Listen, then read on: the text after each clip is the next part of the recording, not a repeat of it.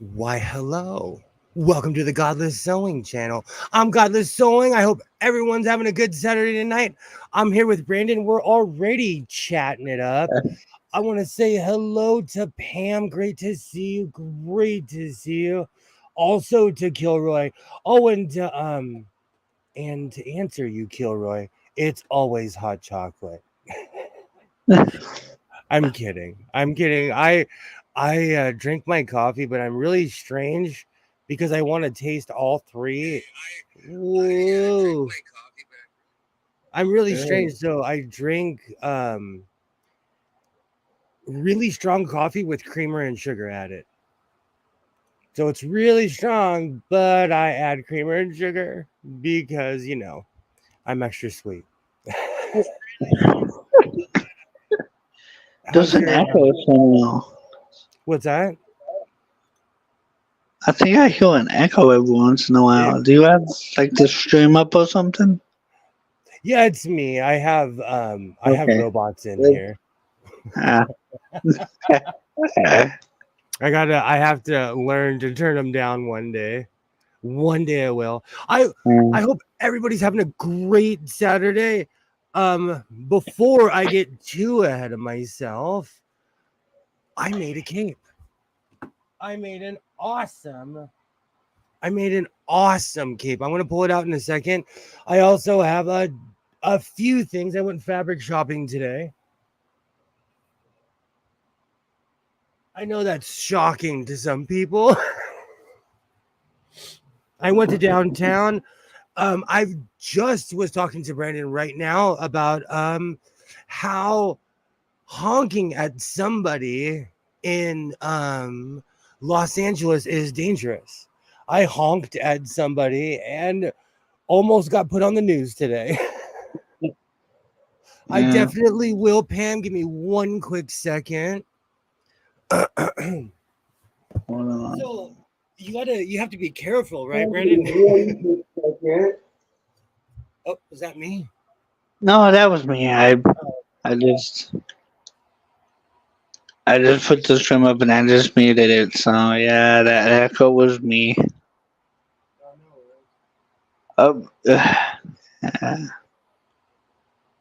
It's not smart at all to honk at people in LA and California. California in general, I think.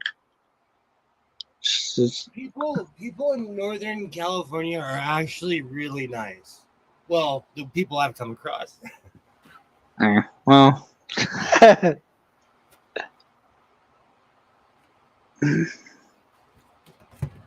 But I haven't met everybody in California.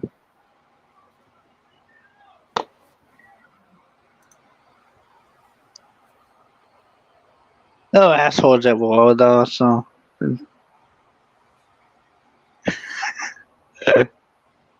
Maybe one day I will learn that lesson, but it was not today. I don't know. There we go. It's not really that easy of a lesson to learn. I mean, Well, the crazy thing is, it's like you literally just honk at somebody and then you don't know they're like, oh, sorry, this guy could be a complete psycho. Yay, Pam, you decorated your sewing machine with stickers. Awesome.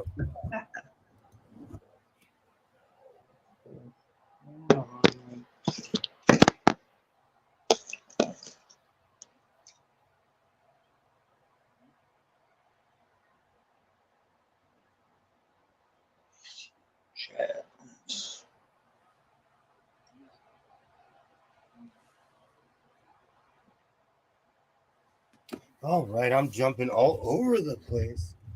Okay. I had the hockey game going. Oh, hey, Sydney. Hello, hello. Finishing last week wasn't well attended either. It must be the time of year or something. It must be. I'm gonna try to join this Sunday. I have a ton going on, but I will try to join. Hey, Sydney, great to see you. Great to see you. Hello, hello. I don't even have my notes, which they are right here. Today's been a crazy day. I have not a ton of fabric. I went and saw Mr. Modelo. He was all too happy to see me. I got in a hardcore road rage with somebody in a Dodge Challenger. That was kind of crazy. And I have a question: does do fast cars come with like I'm a tough guy attitude?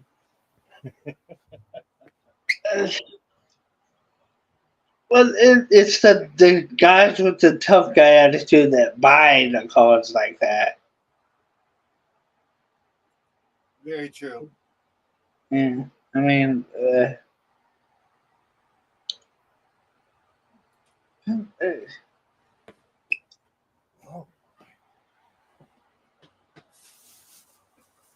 Oh man, this has got to be way more than that has to be way more than the yardage I ordered from the guy. Hello, Joy. Hello.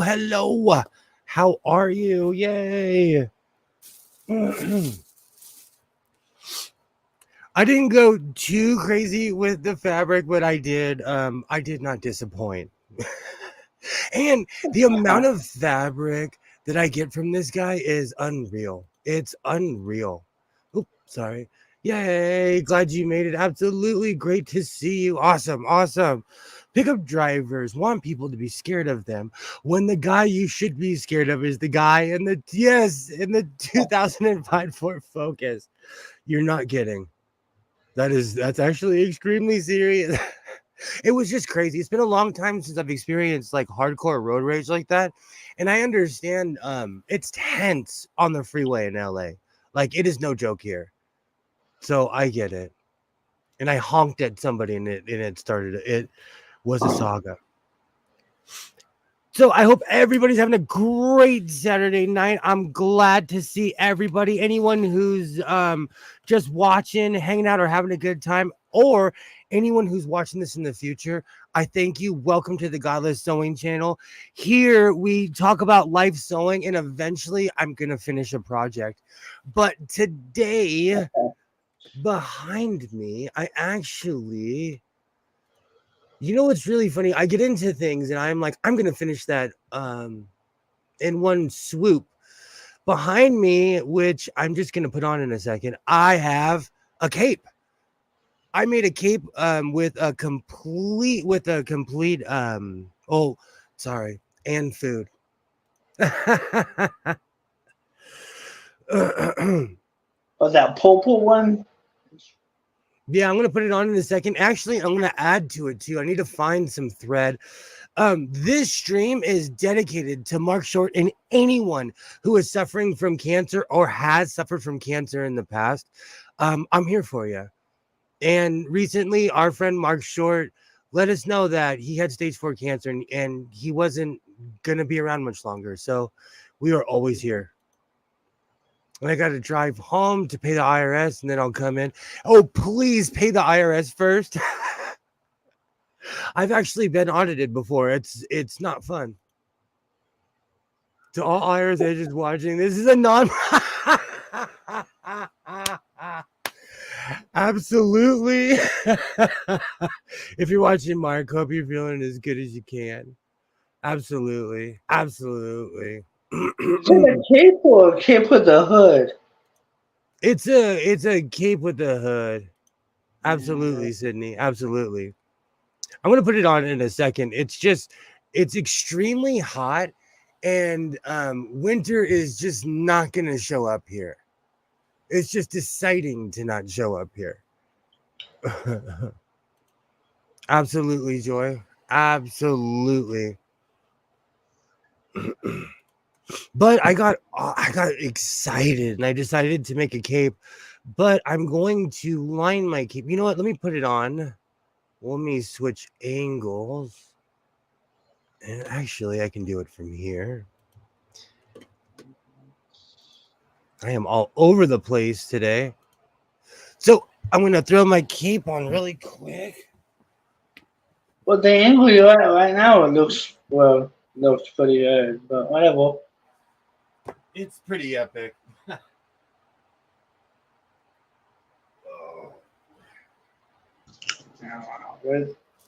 Oh. The thing about a cape is that the more you add on to it, the more it starts getting heavier and heavier. Yeah. It just,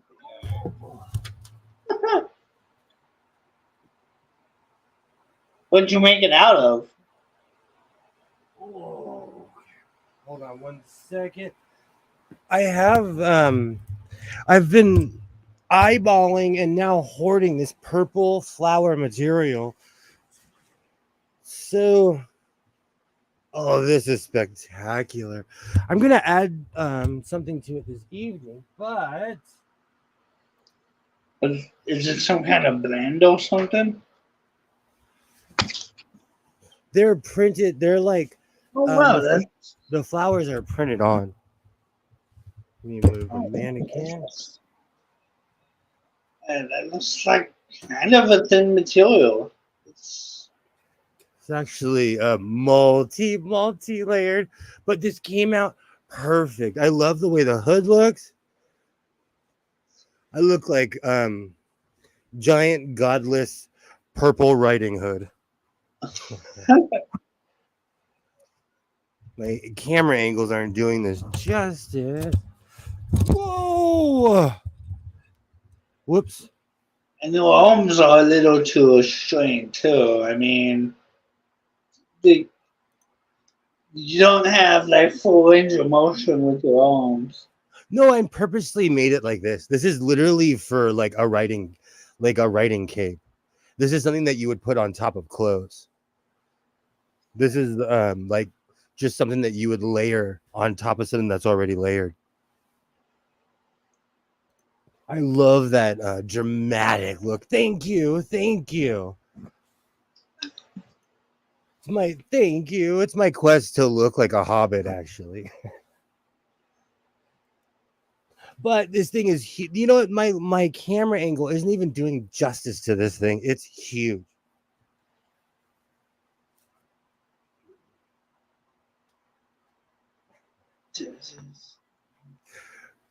I absolutely love this thing. But I'm not just going to model it. I'm going to actually add something onto this. So I'm going to switch my angle for a second.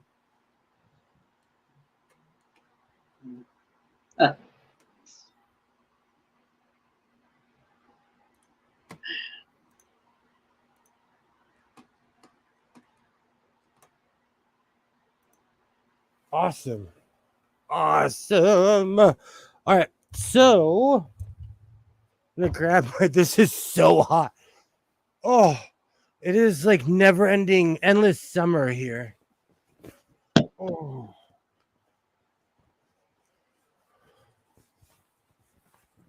Oh, wow. It looks like that's like a blanket material almost. These are printed flowers, but it's the cape. It looks like it's almost like a blanket material. It's heavy because I layered upon layered, and I lined it with an old cape, so I kind of recycled in a way. Instead of creating something, I used something else. Wow, that's kind of cool looking though. I like that. Thank you. So I'm going to add. Where are they? Where are they? Oh, there they are. I'm gonna add this in the front. Awesome. Hello. I know with each shot, I change, either take off my hat or my glasses, or I add glasses. I'm a mess. So I'm going to add gold.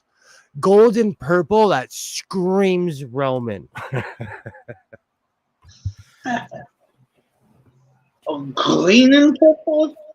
No, gold. Oh, gold and purple. Okay, yeah. That's wrong. I was going green and purple there. Green isn't really Roman. Well, it could be reversible, Pam. Do you know what's really funny? I'm weird. I use really intricate lining in my projects. If you look in certain shirts, you're like, the lining is probably better than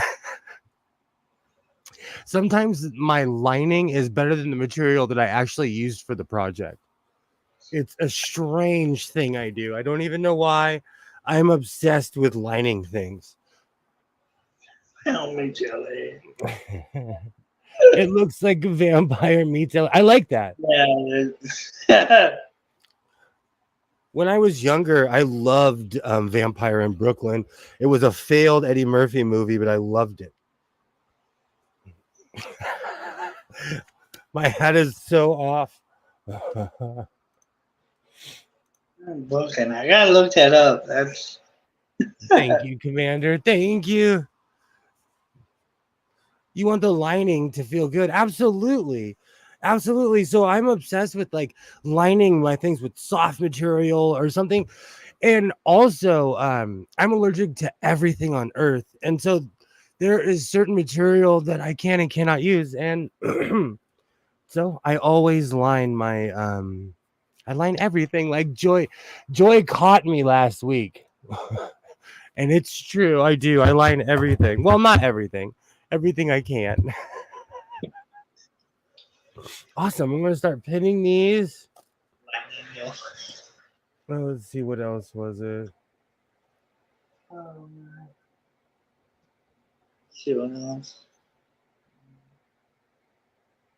Oh, and I'm also gonna add flowers on I think I'm just gonna cover that godless sewing vest in flowers. And it's so ironic because when people see me in the front, they're always so like, wow, this guy's tough guy. Then they see the back of my vest and they're always like, oh, I love your vest. I love your vest.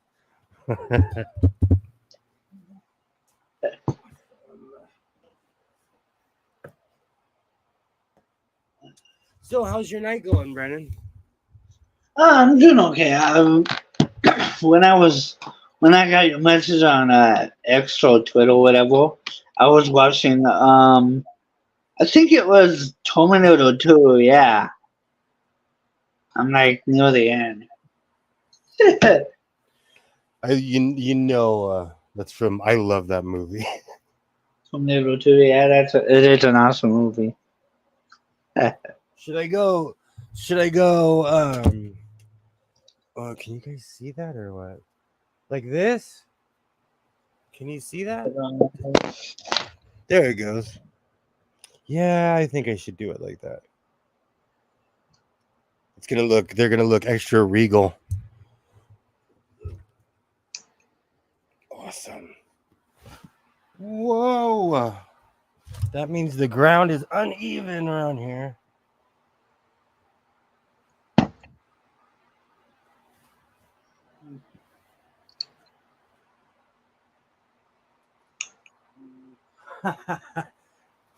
The cape was hung up on a sewing machine. I don't know how many people can say that. Oh, perfect.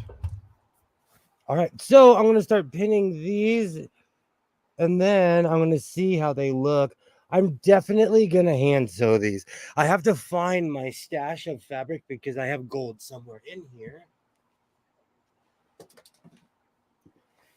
Awesome. What's that? I was gonna say, are you gonna use like actual gold flake or something? Well, I have gold thread. I have I don't know, quite a few toolboxes of thread. Quite a few. And so I just have to fish through my hoarding. Actually it's not even hoarding, it's actually really organized. I just have to find the box that the gold's in. We have actual gold thread. Yeah. Wow. Not like real gold, but it's Oh, gold. okay. Yellow. Okay. Well, you can make thread out of gold. I If would do. someone had gold thread and they I don't think they would be using it on my cape. Mm. Oh, right. Where? If I had gold thread, that sounds like a Rumpelstiltskin. And yeah. Oh, So today I was flying downtown and I made the mistake at honking at somebody, and it was started like a 20-mile stare down with a tough guy. But I actually had a decent time downtown. My Modelo friend was all too happy to see me. When I pin this down, I will show you guys what fabric I got. I didn't get that much. Well, I got a few pieces here and there. What do you think? Can you see that?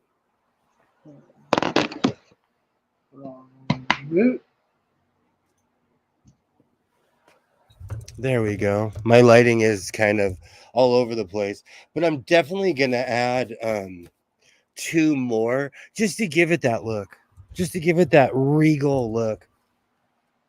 Of course, he's happy to see you. You're probably his best customer. Yeah, I think I am. And I come really early, so I probably pay for the first round of the day.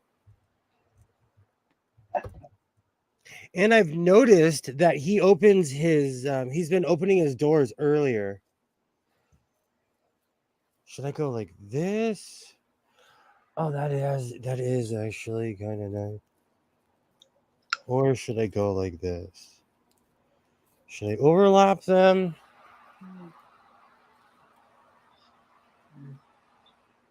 Decisions, huh? I'm not much of a designer, so I don't know much about clothing. I was gonna get more, but these things get pricey, and I go crazy at the pet shop. And yes, I went to the same pet shop I always go, and that guy's really happy to see me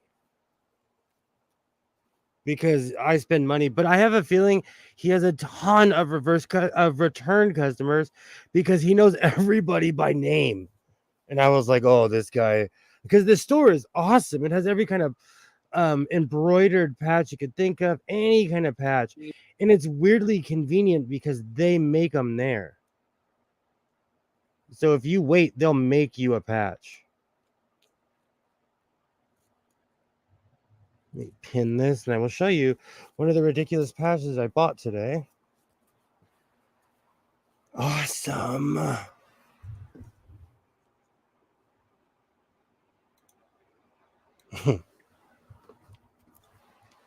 The one thing I will say though is that downtown has become extremely gentrified, but you know how I praise it for being clean, but a lot of stores are really not there. There used to be a whole bootleg district of electronics. Every kind of fake electronic you could possibly think of was there, and it's just not there anymore. Oh, and I'm by myself. Brandon, if you're if you're still there, I'm here if you want to hop back in. I'll just be finishing this project. I'm a rambler. Awesome. Perfect. Let me pin this and see how regal it looks. And then I will show you guys my fabric. Perfect.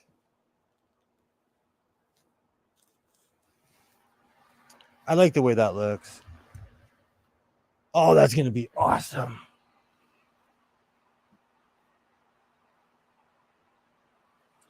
All right.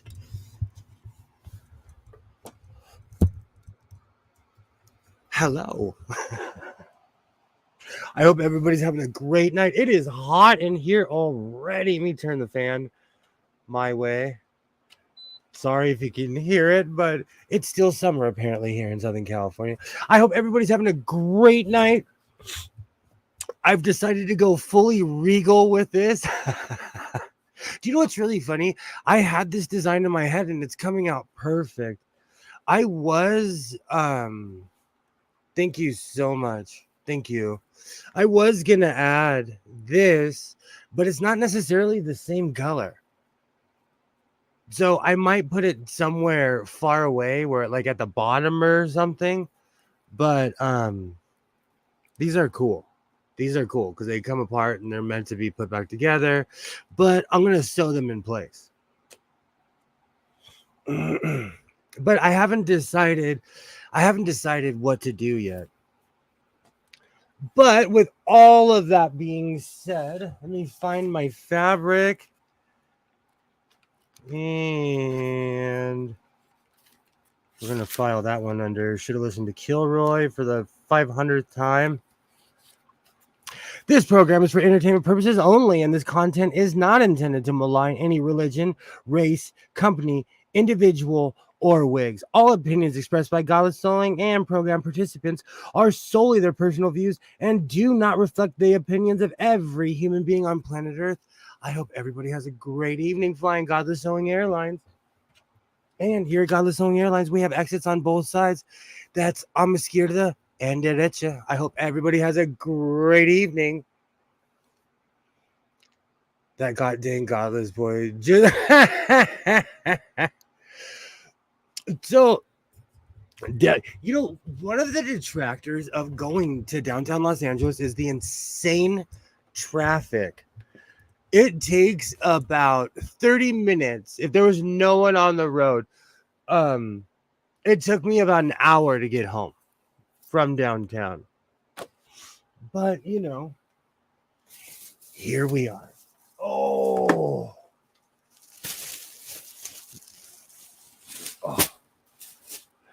So last week, oh, sorry. No worries, Joy. Oh, well, I'll wait for Joy to come back. And then I'll start sharing the fabric that I purchased. Mr. Modelo was beyond excited to see me, but I really went digging today, and I found something that honestly kind of made me laugh. I found a material that kind of made me laugh. I found one that's the opposite of what I purchased last week. Oh, excuse me, I need to drink more water. And so I think I'm going to make the exact same shirt just in a different color because I'm obsessed with the, what would you call it? The hoodie without a hood in a giant pocket. At this point, I don't even know what you would call it, but I'm obsessed with it. And they're really good for this time of year. So we have the fabric segment, the food segment, the smoking segment, the weather segment, and the show off segment. And game starts in 7 minutes, so we're also going to have the hockey segment as well. And we're going to have the sports desk because it's that time of year. But I'm going to tell you, I'm not one of those people. I'm not going to push hockey on anybody. I'm just going to gently mention the Kings every once in a while. So it's nothing too hardcore. But okay, I can't wait. I'll do it again if Joy comes back. So first, I have to say right off the bat, let me back up a little bit before I start. Let me back up just a little bit. Okay. So there is no dispute that I am on a quest for adding color to my wardrobe because I dress like this every day, you know, and I love the look on people's face when they see all the spectacular things that I make and what I wear in general. I was laughing a little bit too hard in the fabric store. The guy was even like, I don't get it. When I told him it's the purple rattlesnake. I'm sorry. It's a pink rattlesnake. This is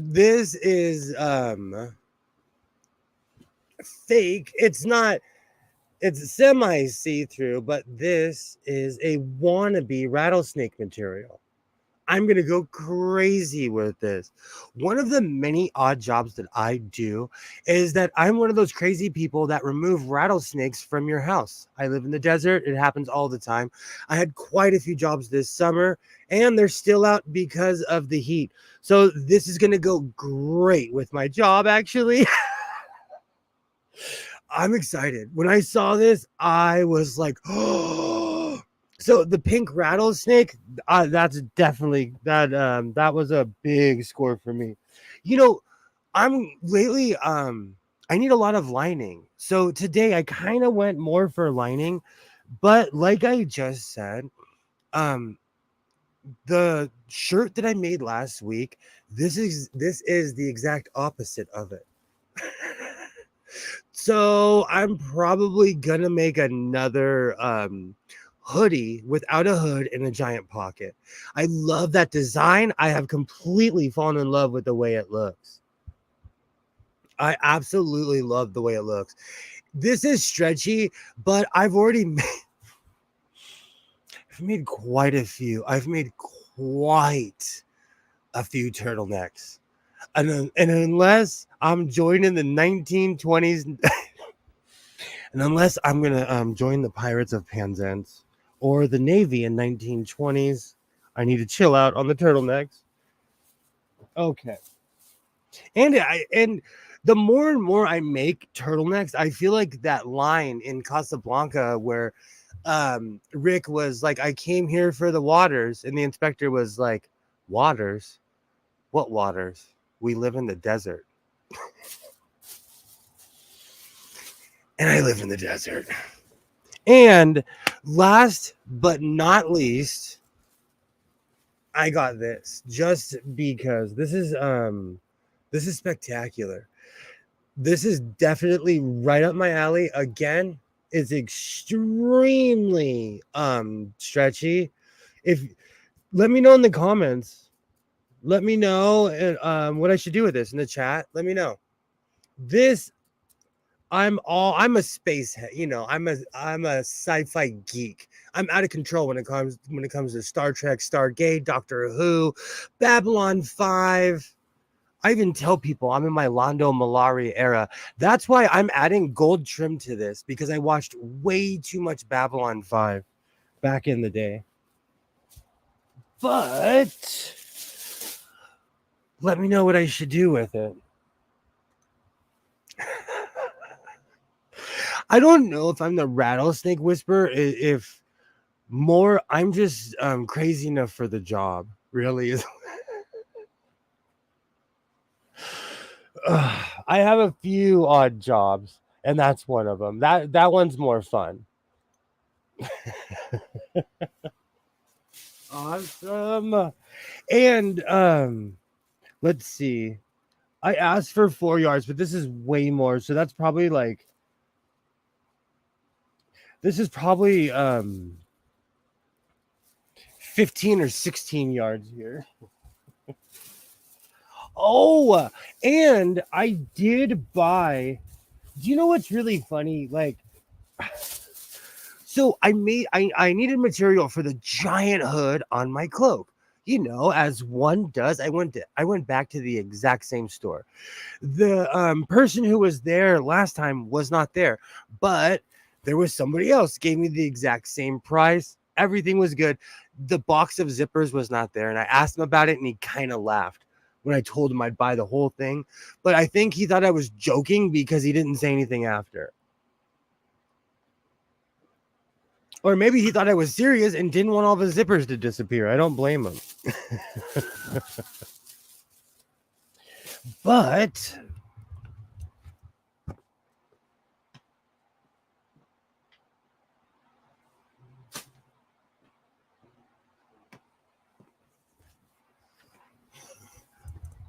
I now have at least 3 or 4 more yards of this. So, what should I make with it? I don't know. Should I make this screams quinceañera dress. This material just screams. But that's why I made the cape. They're in the same realm.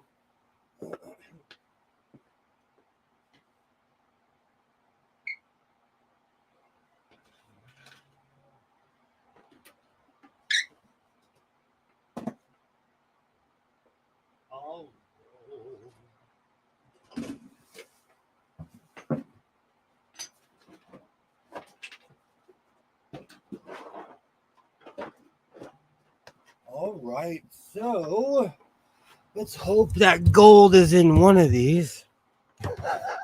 I now sound like a prospector from the 1800s. Must have taken the zippers and hit them. I was so mad. But I also get to downtown so early. I get there before most of the shops open up because I'm an early riser and I want to beat traffic. Hey Veronica, how's it going? Hello. Could always update some curtains with that material. It's purple season. That's not a bad idea. They do remind me of curtain material. More Muppet fur. Hey, everyone lurking while I'm at work. Can't see the chat often, but I can listen. Great to see you, Veronica. Awesome. Great to see you. Yay. Make a hat with the purple fabric. Do you know what? I need to get back to hat making. I went crazy making hats a couple months ago. Oh, do you know what's funny? That almost never happens. Is this the proper gold? I think it is. Wow, that never happens. Gold was. I struck gold immediately. All right. Well, that was extremely anticlimactic. I have many toolboxes of thread. Many of toolboxes of thread. Let me see. Wow. Gold in the first one. Yay. Hello. That's not a bad idea. Hello, Veronica. Awesome. I should make a hat. It's been a while. I actually got pretty good at it. And when I wear my weird bucket hats, everybody is like, "Oh, I love your hat. I love your hat." So, that's not a bad idea. And it's not like I need an excuse to make anything. All right. So, I'm going to thread this.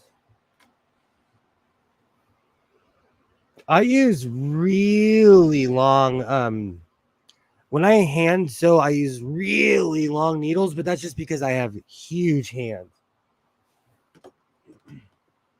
And I'm trying to fight off arthritis for as long as I can. So these are a little bit more intricate. So I'm going to try to sew every single corner that I can to completely hold it down. Because the one thing with patches is that when they're odd shaped like that, you really have to see which direction they're going. Because over time, they're going to, wear and tear, things start to flop up or flop down or all over the place when it comes to patches. So you really want to secure them from the first time you sew them. Well, that's what I tell myself. I've been hand sewing for a while. It's something I absolutely love to do. It's kind of therapeutic sometimes. That's why I put a hook above my head, because I'll just stand here and hand sew. But with something this large, it's the same size as I am. So I'm just going to stand up and sew it face to face. Like I said last week, the beautiful thing about the mannequins is that they're the exact same height as I am. So when I make certain projects, I don't even have to guesstimate the height, because with my shoes off, I am the exact same height. We are 5'9". Awesome. All right. I don't know if anyone does this, but I loop my thread back around and I just make it double. I don't know. It's probably something everybody does, something no one does. I don't know. Can't be a secret. It's just something I do with all of my patches. I basically reinforce all of the thread. Oh.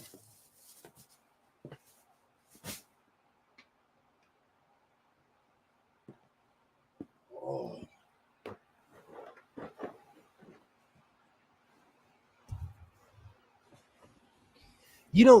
Years ago, someone gave me, I started getting all of those free toolboxes, And people would tell me, "Oh, you're never going to use them. You're never going to use them." Little did they know that I hoard thread and I needed a place to put them. So after all these years, I still have all the weird little odd toolboxes and freebies.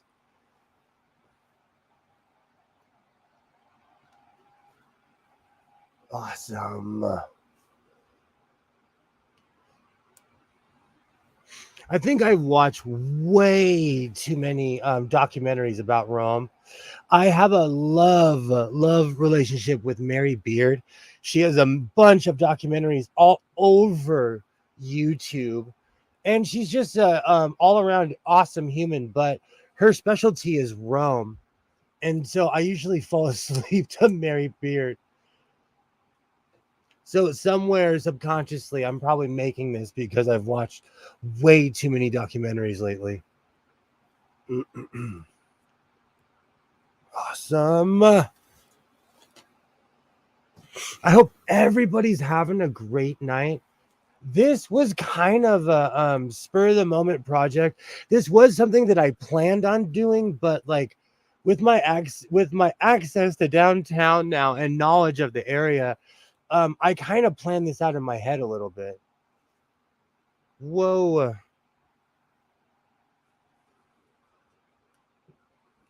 And the beautiful thing, oh, this looks awesome. This already, to me, this already looks awesome. I am stoked. Every once in a while, every once in a while, I prove that I'm a decent sewist. Oh, this is awesome.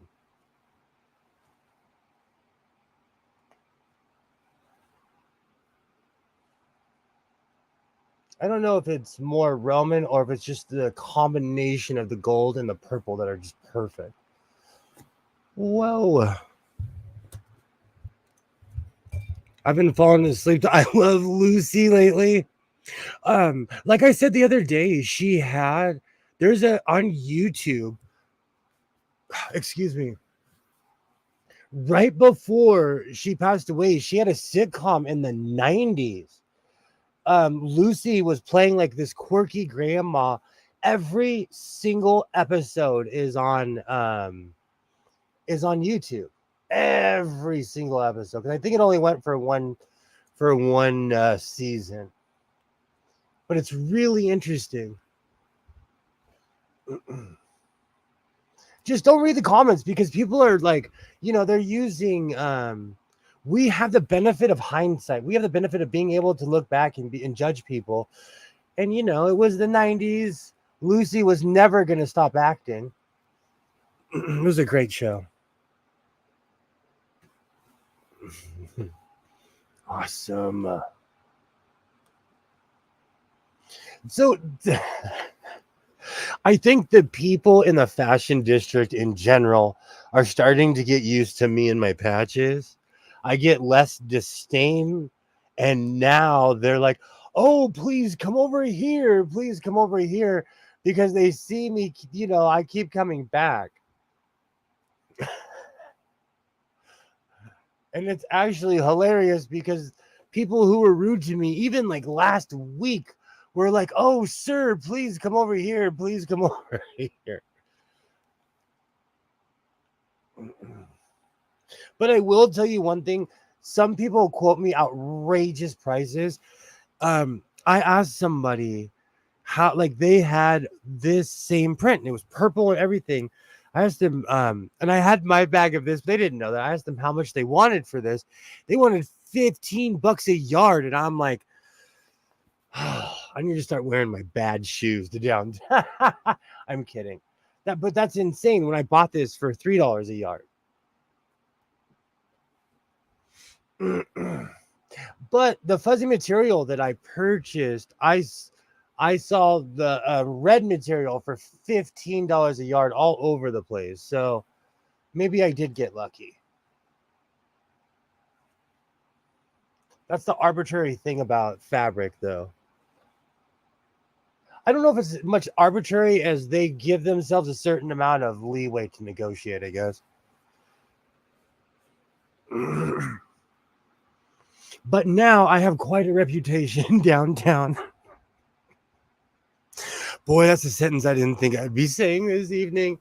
And it's not the one you think. Do you know what it is, though? It's because I walk around wearing my cowboy hat, and that identifies me. I stick out.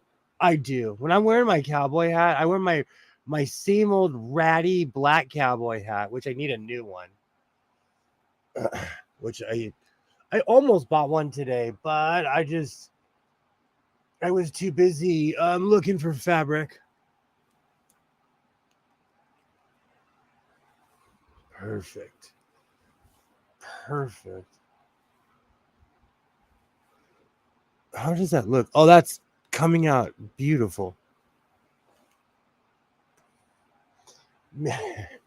Okay, I know I say this every week, but I'm going to say this right now for the permanent record. I am not going to downtown Los Angeles next week. Next week, I will not be going downtown. I'm going to repeat myself more for myself. Let's be real. I have every patch I've ever wanted. I have patches that I don't need. I have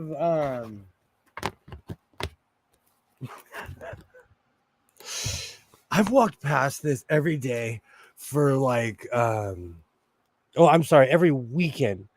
I showed my daughter the Cape earring. She said it's beautiful. Thank you. Thank you so much. Thank you. I honestly really appreciate that because although I act and look like a lackey, I work very hard on these. I couldn't resist myself. I'm going to make a Letterman jacket. Like I said, every patch you don't need on Earth, every patch you think you do need. I have a cat army now because these things are so cheap. I need to like learn to walk away from the cat patch. There was something else that I purchased. Like they're all over the place around here. Oh, I also purchased a red rooster patch, which I don't know where my red rooster is. But I purchased a red rooster and something else. I don't know what I misplaced my patches because there's so much stuff in this room. That patch needs to be on a pimp. It does. I was thinking of I'm like piecing a Letterman jacket together in my mind slowly. Just how I was piecing this together in my mind. That's gonna bother me now. Those patches have to be close. Oh, there they are.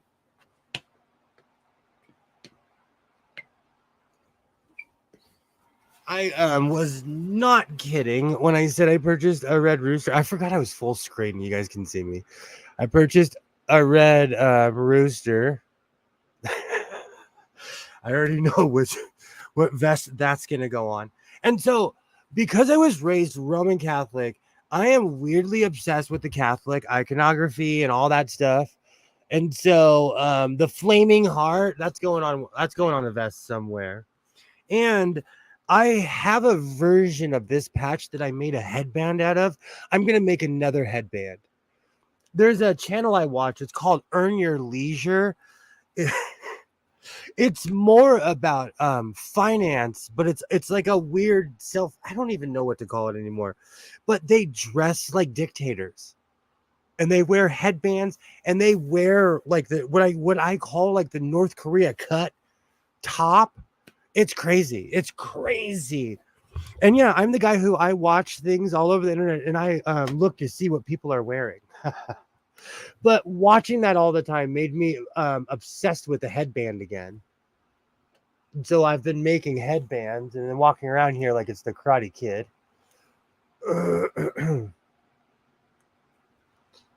All right. So I'm going to make another headband. Do you know what the funny thing is? Excuse me. I didn't go as crazy as I normally do at the patch shop. And that place is becoming Walmart because I walk in there and I'm like, I'm only going to spend a certain amount of money, and then I'm buying a ridiculous patch with a hand with a money bag. Oh, speaking of patches, I just found out yesterday that the local nightclub banned biker colors. Oh, they would not like me. Oh, that's so funny. Every bar in my town. Oh, my hat is so crooked. Every bar in my town has done the same thing. I couldn't walk into any bar in my town looking like this with my hat on or anything. Not one bar in my town. Well, not like I drink, so I don't have to worry about that because I literally do not drink. But yay! Hey, Skits, how's it going? Good to see you. I loved that picture you sent. I hope you get home safe if you are home, or if you're not, I hope you're safe. Awesome. Great to see you. Great to see you. What's up, trees? How's it going? How's it going? Awesome. Awesome. Heck yeah. I'm making a regal purple and gold cape. That, you know what's funny, Kilroy? When they start banning jackets and vests and stuff, that means they've had nothing but problems. That means they've had nothing but problems. Oh, that's funny. It's been like that for a long time. Okay, so I always talk about the rapper named Blueface. He's from my town. He has a restaurant out here. I walked in with this vest and they asked me politely to leave it in the car. I did. They were polite. How's it going? How's it going, everybody? Awesome. Awesome. I wonder, could I walk into that bar, Kilroy, with this cape on? It's probably the wrong bar to walk into. Oh, I hope everybody's having a great night. Like I always say, one of the reasons I started doing these lives is because this is what I would be doing on a Saturday night anyways. I would literally be sitting here sewing. And especially because of all the drama going on around the world, we are at a heightened state of emergency today. So when I was downtown, every other person was a cop. And I'm not saying that for a bad thing. I'm just saying that as like, I'm not going to go driving. I'm not going to go rootin', tootin', and scootin' this evening. So I'm going to hang out and sew. Awesome. Oh, I've heard stories, fights, roofies, people jumping off of tables. That's why I stay home. That is, I was talking about this earlier with Brandon about like I've reached that age where I know what I'm capable of, and I don't go looking for trouble. Because I want to wake up and need a aspirin the next day. All right. Awesome.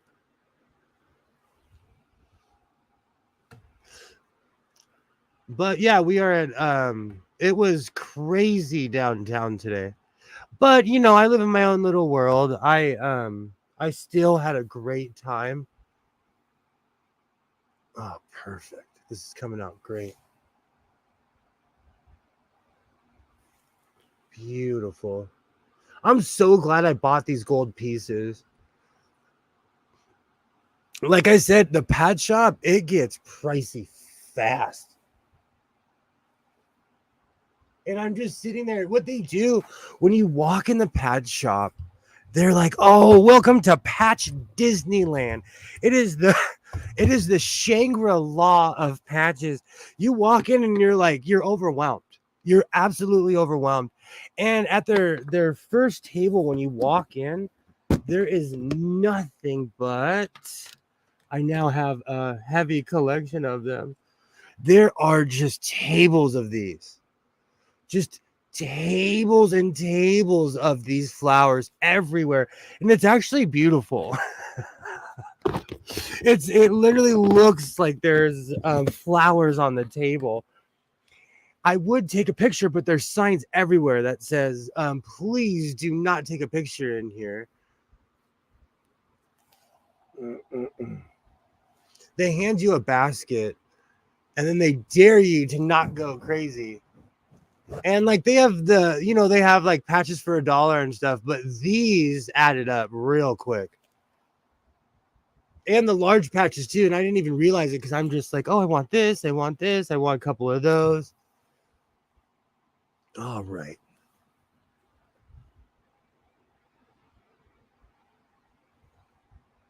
Awesome.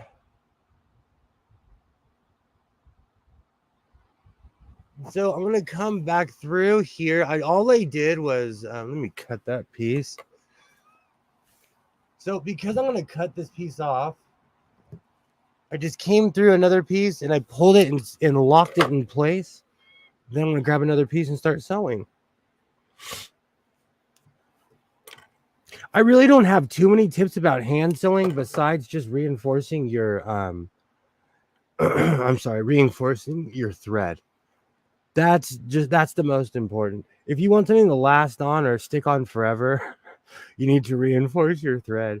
Recently, I will show you in a second, I started sewing on that leather vest that I recently bought, and it looks great, but leather is a beast to hand sew through. So it was a bit of a fight. All right.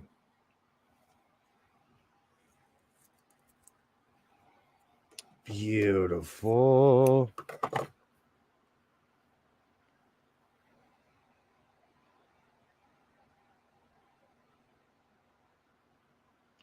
Trying to think what else was going on. There was a heightened state of emergency downtown.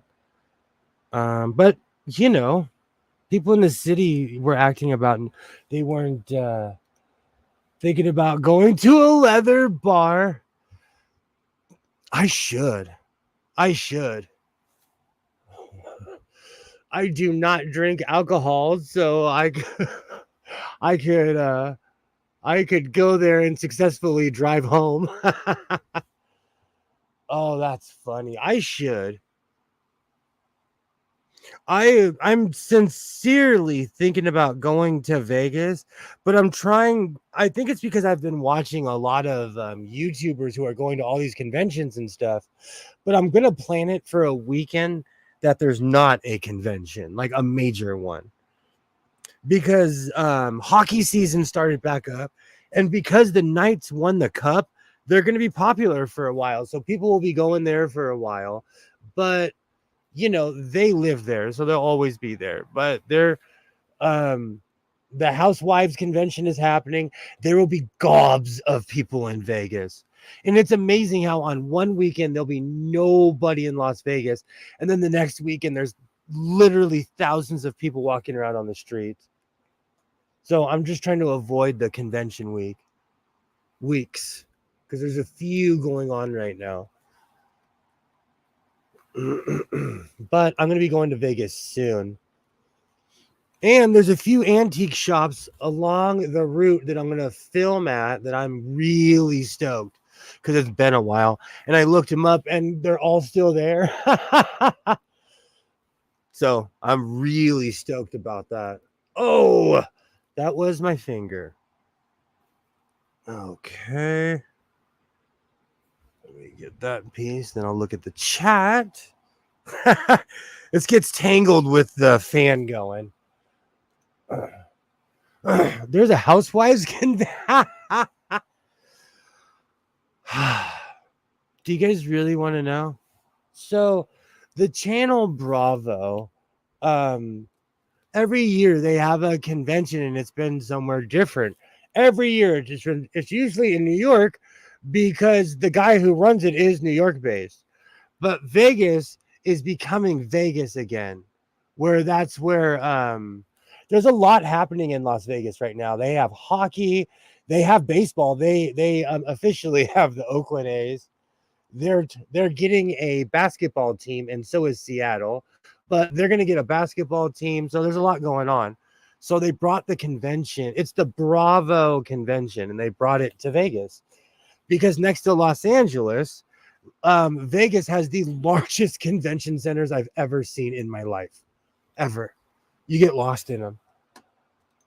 Hey, Good evening. I just got done paying the fucking IRS. yikes, Can you hear any yikes. maracas? No, but I Okay, have the AID noiser is working. oh, I was about to say I have tambourines.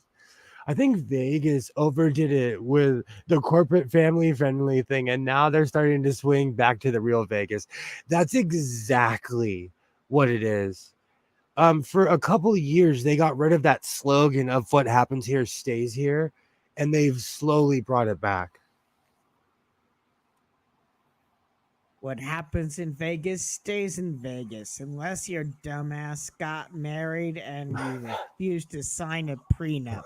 Then you're up shit's creek, pal. Do you know because I was raised properly, I still call my mother before I go on long trips. Every time I've ever gone to Vegas, she makes me swear that I will not get married to some random person. She's like, please do not get married again.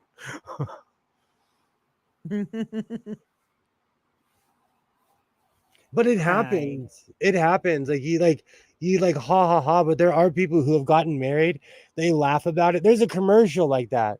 This woman was like, "Oh my gosh, we just got married," and she's like, and the guy was like, "What's your name?" And she takes off in her car. And she's an older woman, and he's like 1920. Those old school Vegas commercials were awesome. And so, how's your evening going, Commander?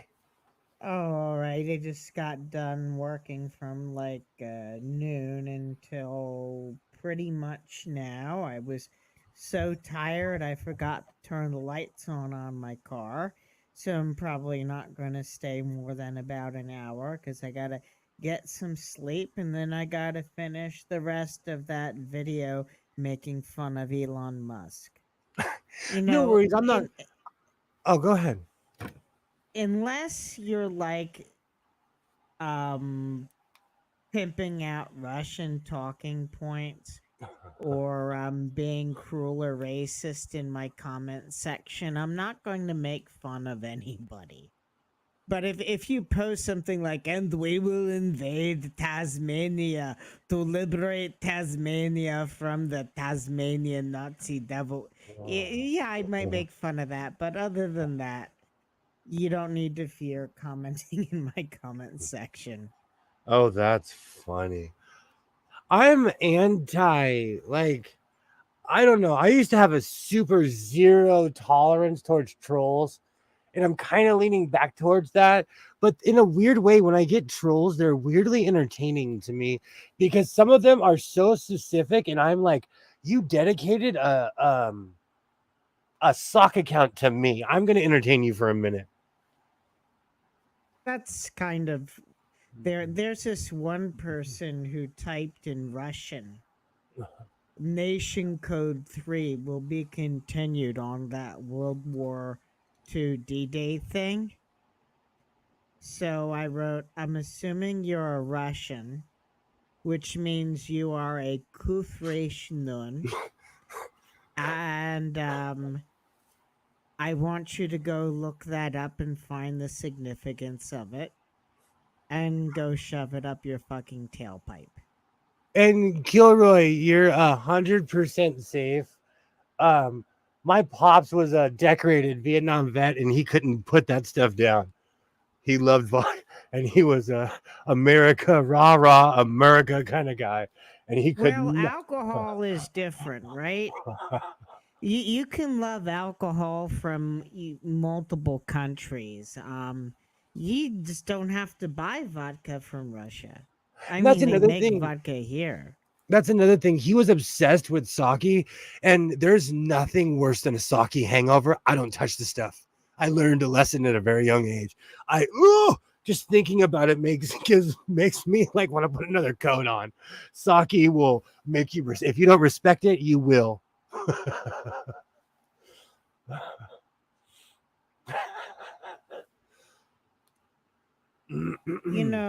Because I know people who have a Russian family history, and they absolutely despise Vladimir Putin.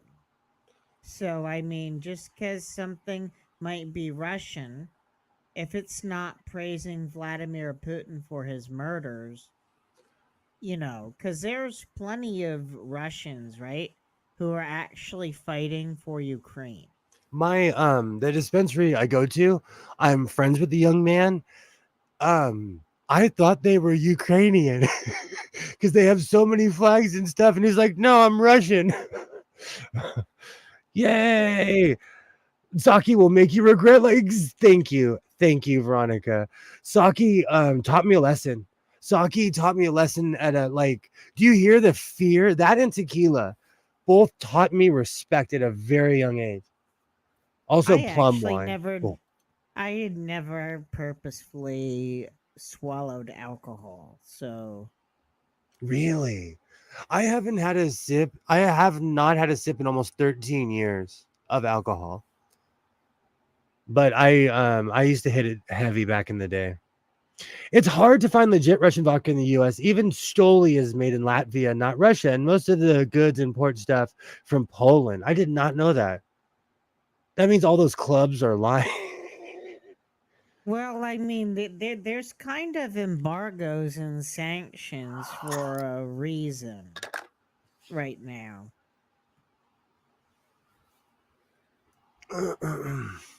I when I was a kid, because I grew up in a house with a fully stocked bar, me and my cousin or a friend of mine would sneak booze, and every single time it taught me a lesson. And my dad wouldn't say a word because he knew. He was like, "Oh yeah, Oh, he'll never do oh, that again." on Purim, I decided to do a little bit of wine tasting. I didn't swallow it, but I basically tasted all of the wines, and I forget which one that I liked the taste of. It was basically kind of like a tangy, I guess, kind of a cherry. I didn't like swallow it, but I did taste them. Do you know what's really funny? Veronica reminds me of of the one and only time I tried Manischewitz. I can suffer through bad wine, but that bottle went down the drain. Do you know what's funny? That was probably the first thing I ever snuck in the house because I knew it wasn't going to be like extra hard. Because my pops had like every kind of whiskey you could possibly think of, every kind of tequila, but I knew I went for Manischewitz and then apricot brandy, not knowing it was brandy. Let me tell you a story about one of the times mm, tasted alcohol without wanting to. All right. Now, this was after I tasted the good wines at Purim. The ones that they actually spend money on. You'd Oh actually yeah. spend money on. Oh. And then I accidentally grabbed the kiddish wine, and I went and I drank it thinking it was grape juice. I don't think I swallowed it. I think I spat it all over someone, but it tasted like liquid death. Ha ha ha ha. When oh, I wish my friend Marina was here. A long time ago, my friend who said hello in the chat a while ago, we came upon a bottle from a friend of ours. We came upon a bottle. We had a friend who, to say he was rich was an understatement. We didn't understand how rich. He just handed us a bottle of wine and was like, "Here." He came back the next week and we drank it. We thought it was disgusting.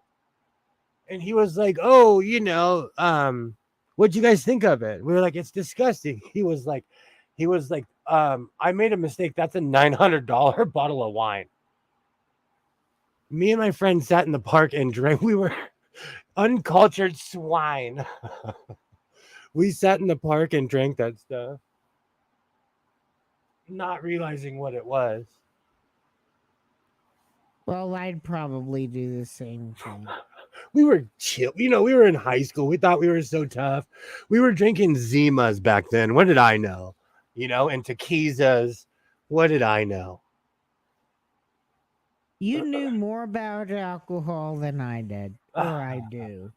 So, Do you know what though? It's because of statistics. Like it's one of those things. Like I grew up in a culture where it was okay with the people around me, and so you either end up doing it or not doing it. well, my dad, it was told to me that my dad, well, he married my mom, and after we were born, it was like his job was done, and he found a gay lover called Jack Daniels, and that ruined him because he was a speech pathologist in the Air Force, had a good head on his shoulders, good family, a lot of history, and the alcohol destroyed him to the point where his mom removed him from the will. Oof. And it's a shame what alcohol can do to people. So, if you want to go ahead and drink, I'm not stopping you. It's just something I choose not to do. And I'm not judging you if you do it in moderation and you don't wind up in the streets. Oh, this is and then I'll feel sorry for you. You get the idea. I don't want to condemn people because alcoholism is a disease. Oh, absolutely. Absolutely. I need to stand up. Do you know, my thing is, I try not to be too preachy because I live my life a certain way. So I try not to, to each their own. I just try to live in peace.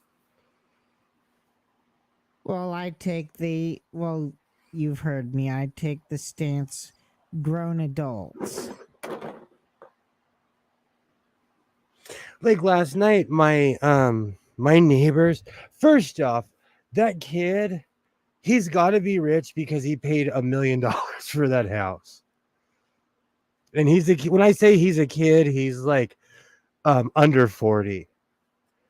But last night he had a really raucous party, and they were bumping at like 12:30 at night. And I had to tell myself, don't be a Karen. Don't be a Karen. You were cool once. Remember when you used to go to parties? Don't be a Karen. Do not be a Karen. So I went and watched hockey highlights on the couch and passed out. Because I wanted to go to bed early, and I thought it was ironic. The night that I'm going to go to bed early, my neighbor had a rager, just a rager of a party. And my house is just big enough where I could hear him in my bedroom, but I couldn't hear him on the other side of the house.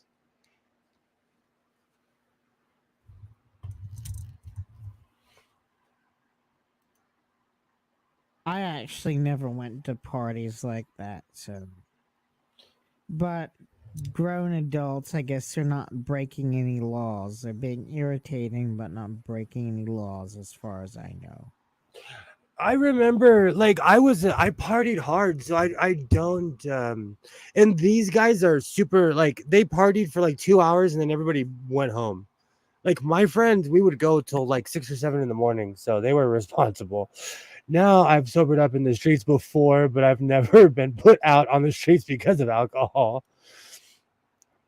I'm an alcohol recovery myself. 4 years and 2 months no drinking out. Cali sober. I hit my dispensary and take no pharma. I feel so much better. Same, exactly the same. Veronica, I'm exactly the same. I definitely had times where I hit it hard too. Thankfully, nowadays, I'm better at moderating things. I'm almost thankful I got crazy days out of my system. Absolutely. And I think that's what the whole thing is.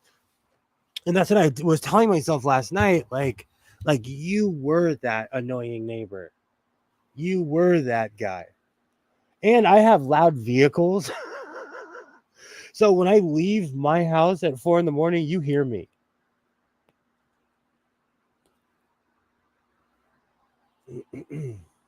Me, I have the distinction of having the live, let live attitude as far as not forcing my lifestyle on other people, unless, of course, you have a religious hypocrite out there being a jerk, and then I will make them feel like pagans. I'm scary to a lot of people, so I don't mess with that riffraff anymore. It's so hardcore that the missionaries don't even come to my house anymore. But I will say, I challenged because I was on my roof one time and I challenged one of the missionaries. I was like, they're like, "Oh, do you need help?" I was like, "Yeah." The guy was ready to climb up on the ladder. I was like, "I'm just kidding. I'm kidding." So I have to learn to not kid with those guys.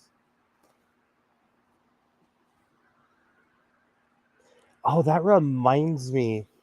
So who has completely bypassed every holiday and is getting ready for Christmas already? Because I am. Do you are you a Thanksgiving kind of person, Commander? Oh, I love me the turkeys. I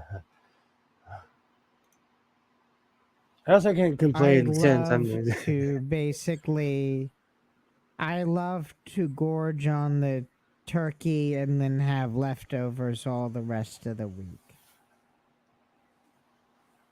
That is one thing. You know what? You're convinced like that is one thing. Um when I was a kid, my mom would make these things called turkey flautas, and I forgot about those. There's just fried turkey and a flour tortilla. It's not even complicated, but they're the greatest thing on earth. With some sour cream and avocado, they're the greatest thing on earth. Oh, now I want turkey.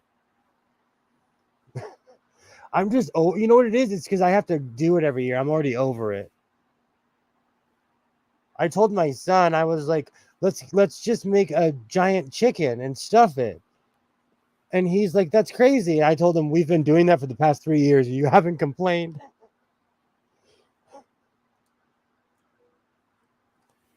Oh man. The tryptophan is a wonderful thing. It knocks you out. You get the wonderful food coma that is yours just once or twice a year. So all of us are loud neighbors. Sewing stuff up for Christmas. I'm doing the same thing. Like I have some autumn stuff. Like I was making a short for this, and you'll see like I have a pumpkin and like a Sanford and Son truck that I put on my coffee table to make it to remind myself it's autumn. I'm sewing my Christmas birthday dress for my quilts. Oh, for the grandbabies. Awesome. Yay. That is neat, Veronica. That's awesome.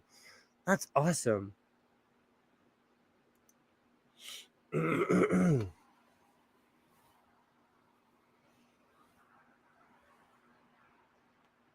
It's just weird to me. Whenever, Oh, sorry. Go ahead. Please go ahead.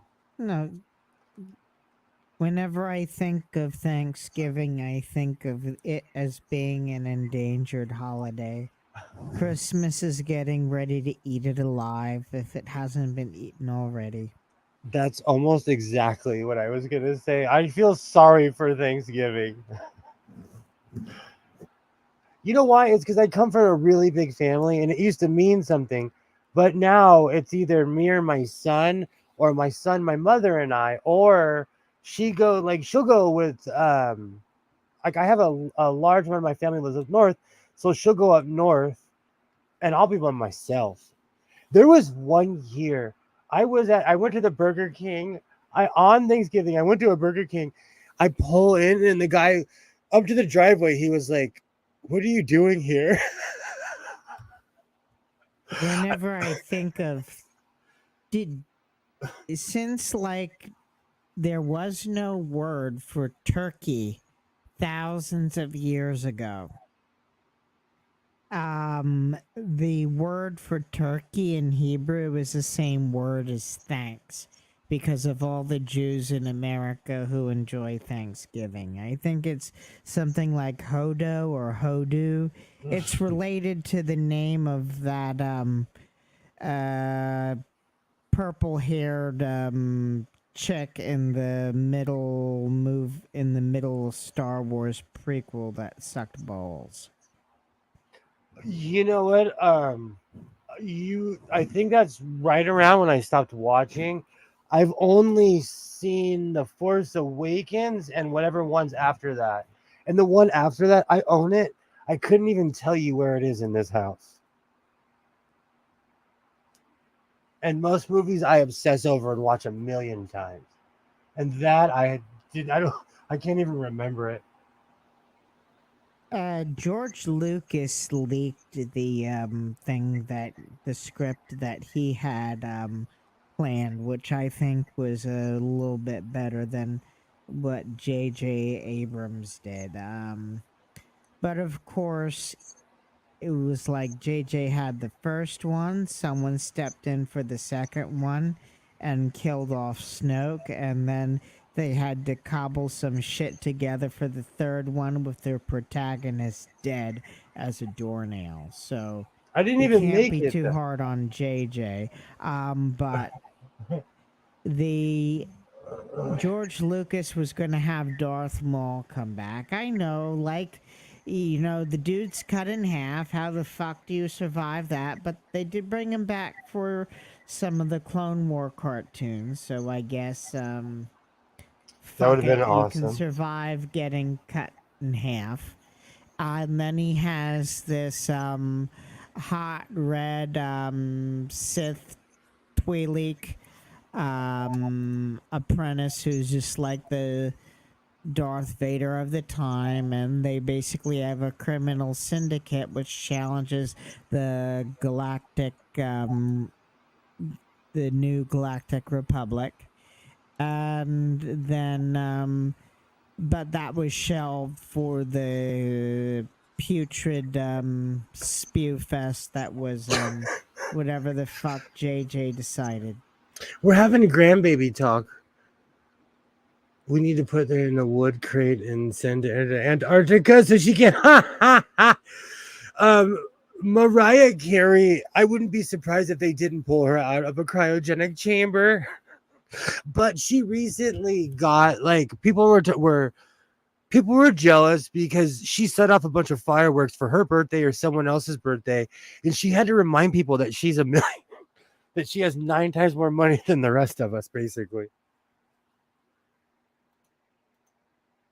Yay! You have 3 grandbabies. That's awesome. I only have one grandchild. He's 19 years old and at least 13 inches taller than me. Aw, that is tall. My mom, at last count, I heard her say she has 14 grandchildren. That is, oh my goodness, having them all in the same place.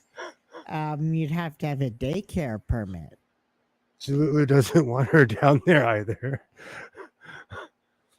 Yeah, she always tells people, but like I've heard, it's one of those things because I hang out with my mom, like I work with my mom, so we're always around each other. I've heard her tell the story so many times, I black it out. But the other day, I heard her tell someone, "Yeah, I have 14 grandkids." I turned around, I was like, "Huh, huh, huh?" I was like, "Oh my gosh, you really do."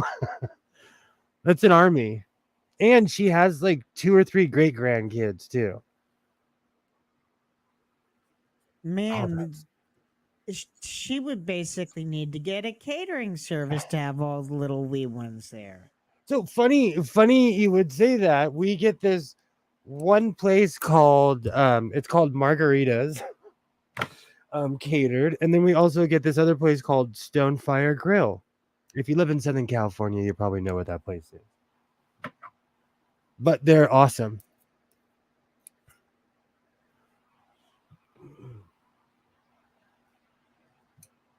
But we haven't been in the same room at the same time in a very long time. And that's okay. Oh One man. thing I'm actually worried about is I've lost about 12 pounds since my passport photo was taken, and I'm starting to look significantly different than my photo. I'm gonna look and see if I can find my old IDs. I had an ID from Arizona because I got my license when it was good for 50 when you got it for 50 years. I had a picture from when I was 19. I was showing it to people when I was in my 30s. They're like, that's not you. That is not you. So I understand. My parents have the 3 great grandchildren. 2 oldest are the first to have babies. That's like my family too. Something in that I've lost count because I'm the youngest, and I have a huge family, and that's just on one side. On the other side, they're even bigger. And because of Facebook, I have been connected with everybody with my last name, and because it's a very distinct last name, we're all of the same bloodline because it's not a common name. On my mom's maiden name, there's less than 2,000 people in the country with that name. It's weird. I have the same name of a professor. I mean, the exact same name, and I didn't realize what that meant until I went into his area. every Oh, you every time I I've got pull to up, tell oh, sorry, go ahead. finish what you were going to say, then I'll tell my Every story. time I would pull out my ID, people would say, "You're not that person," and I'm like, "That's what the paper says, you putz." But All right. I have a name of a very very famous professor in Ohio. My dad's dad, he died in the 1970s. Keith Oberman gave a eulogy for a guy who worked at the same courthouse and the same newspaper, who died 30 something years later. Oh So wow. basically, I go and I say, well, here's my dad. I could never prove that there was no Jews on my mom's side. So they go and look up my dad's dad, and the rednecks are like, really? So they thought that my dad's dad was some big hoity toity Democrat from Pennsylvania. Oh, that sometimes could be a good thing or a bad thing. In that case, it was a mix because I could basically fuck with their heads, but at the same time, they were being obscenely cruel. Human beings are funny that way. When they think they have an advantage or they're above someone else, it's amazing how mean they are to somebody else.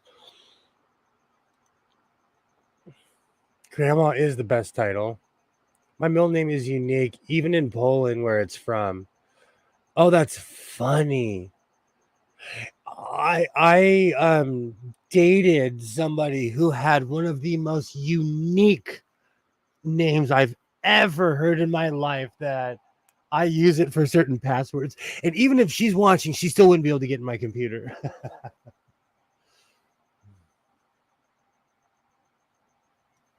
Oh man. Oh, this is gonna look awesome when I finally finish this.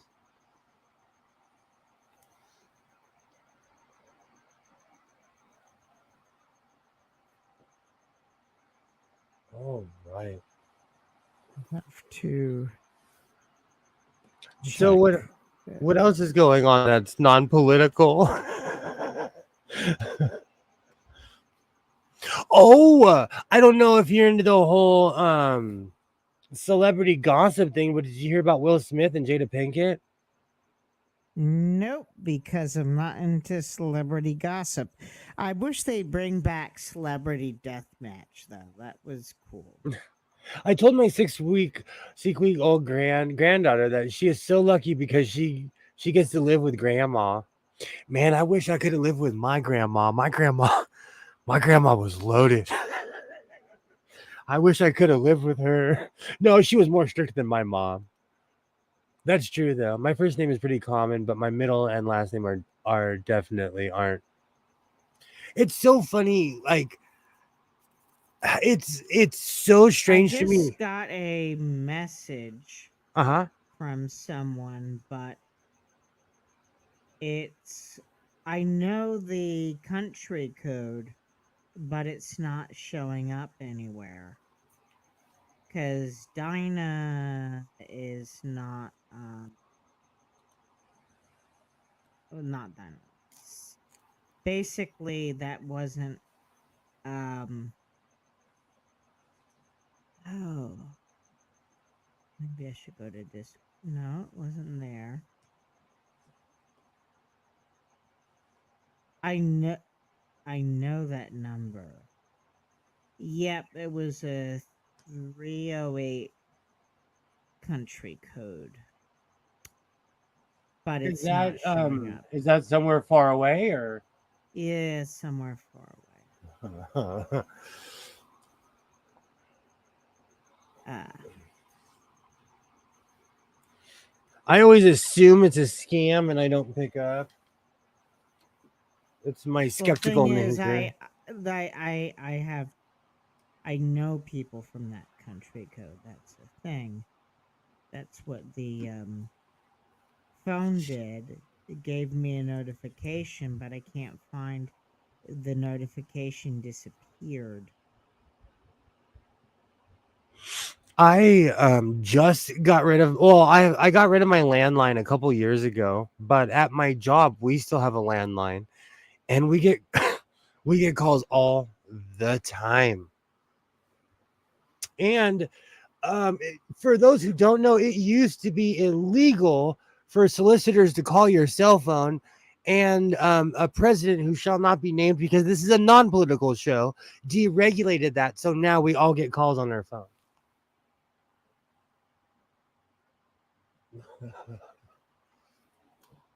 Remember that video that I sent you for hands? Oh, yeah. Oh, yeah.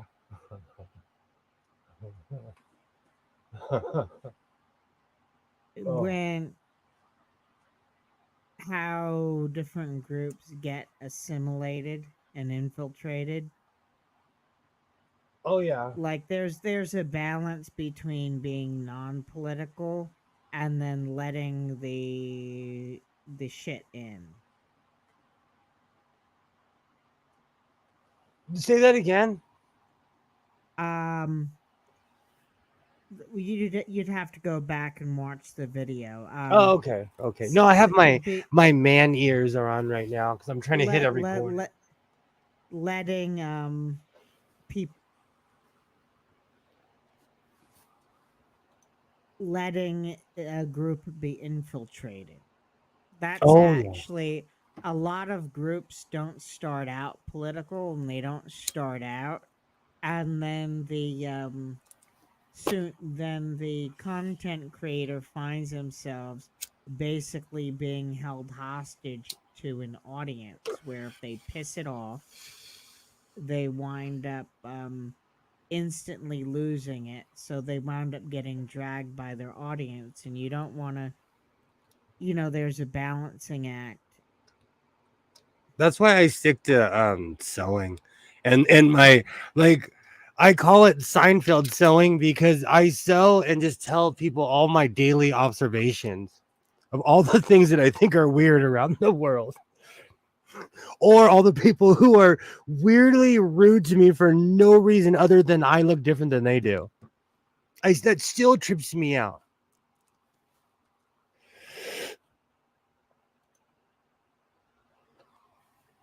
because there are channels that I have. I actually recently unsubscribed to somebody, actually two different channels, because they went from being hilarious and informative to selling stuff. And one was a pyramid scheme and the other one was probiotic pills. I'm over both of them. I'm just over it. The day I start selling Amway, run. Do they still sell that stuff? Oh yeah, those Ponzi schemes are still out there. That's crazy. I can't believe that. I can't believe it's still around after all these years. But I see those pre-America buildings all over LA, and that's a pyramid scheme as well.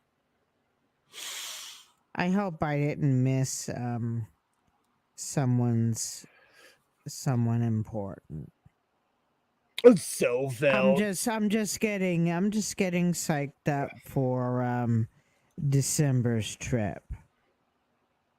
I miss Celebrity Deathmatch. I was having this talk today that The claymation and the ripping of the eyes out and all that fun stuff. I was having this talk with my mom today about back in the day. I asked her, was I just naive or did we all just kind of live in our own little world? And she said things were just different back then. And it's true. Like we just didn't think how we do now. So felt. Oh my gosh. I have the microphone and the background. I'm thinking about doing a video like that, but I need to write a script. And Joy, if you're still there, I apologize at the shock of my blooper videos. I do not curse in everyday life. I do not curse in general. I've had to stop cursing because I'm around my child all the time. But when I am in this room and I make mistakes while I'm filming, I let the F word fly. And that's why I miss Mark, because Australians love hearing Americans like me make mistakes. So my blooper channel is filled with me saying, it's more me being mad at myself because I'll write a script and then I'm like, because I'll completely forget what I was gonna say. God, let's think of your market. You gotta be selling Tupperware. You gotta be. Tupperware is a legit product. It's just that it was connected to a Ponzi scheme. It's a real legit product. It's actually quite good. I'm just making sure, Joy. I like having you around, and I've learned to not be a potty mouth. I missed that Orbitz commercial. Are you a potty mouth? Chew this gum for no reason. You know what's funny? Just for the record,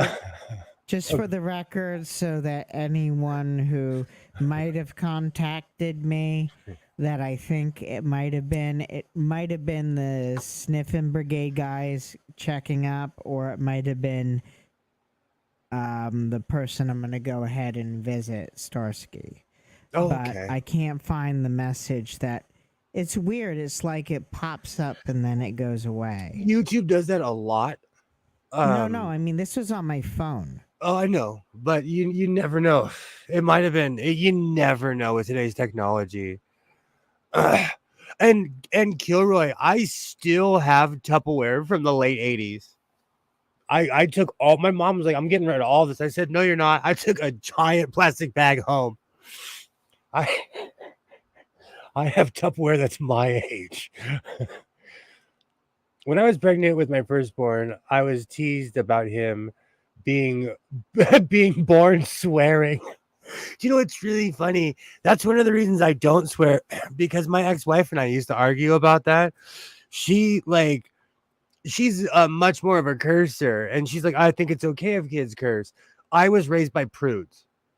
I was raised by prudes, real life prudes. I didn't curse until I moved to Virginia.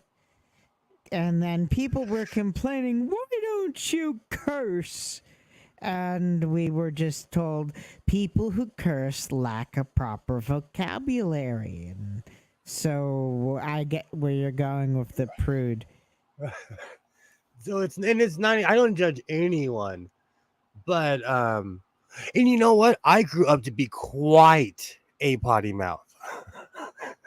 So I've had to learn to censor myself. Like even today, going back to what I was talking about with Brandon, like I felt like I was in danger, and maybe my potty mouth saved me, but also it could have got me in a lot of trouble because like this guy kept on rolling his window down and pulling up next to my car, all mad because I tried to pass him on the freeway, and I may or may not have flashed my brights.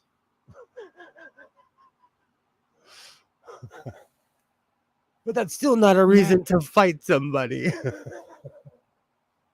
I wish I had the audio on hand from, loaded in the computer. I'm not going to go look for it right now. Jet Monk, the drunk monkey.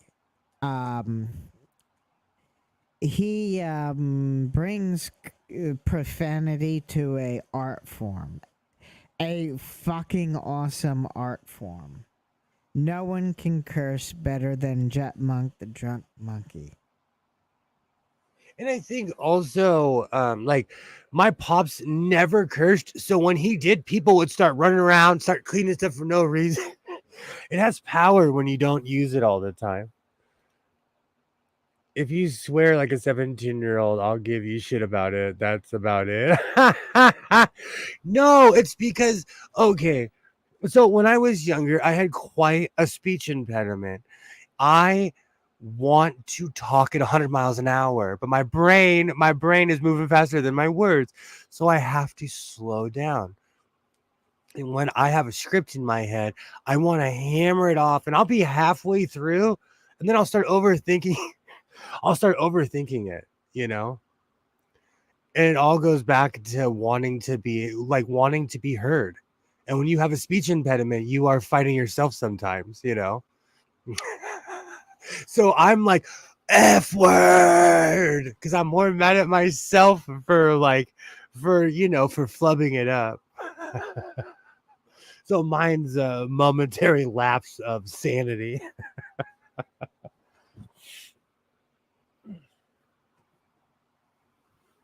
But I don't know. You know what? There's power on both sides because some of the most intelligent people I've ever known in my life say F word for every other word. There's a comedian I watch in the UK. She is so hilarious and she slips it in. She slips it in. But she says it a lot, but she just like slips it in, and it's more, I don't know, maybe it's the accent.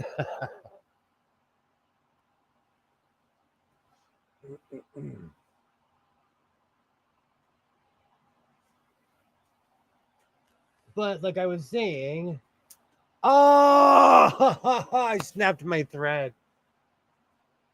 All right, I'm gonna have to start over on that one. That's okay.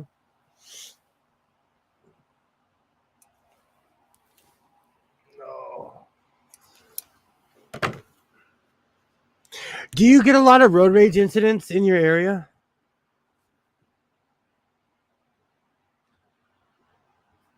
Commander?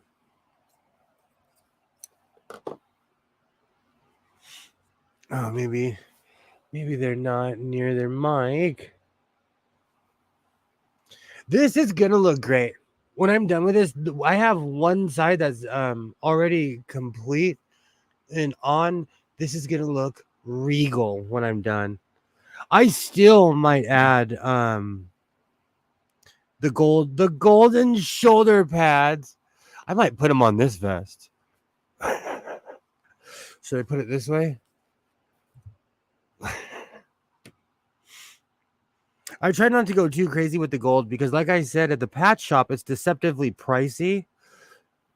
And you just start throwing stuff in a basket, and then, all of a sudden you've paid $30-something for patches. So I try to keep it within reason. All right, perfect.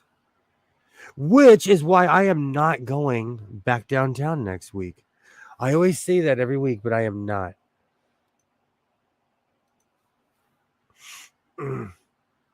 I think I have enough fabric to last me a lifetime. Well, a week or two. we'll all be okay without me doing a fabric haul. You know what? I say that and I'll just go to like Walmart or go somewhere local or something. I haven't been to Hobby Lobby since the incident. So we'll see. It's been a while since I've gone to Hobby Lobby.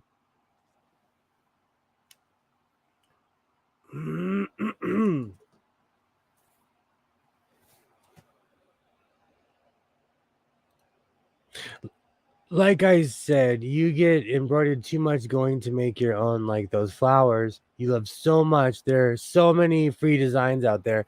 I need to do that. I'm obsessed with those flowers. I'm shocked that I didn't buy like 10 more today.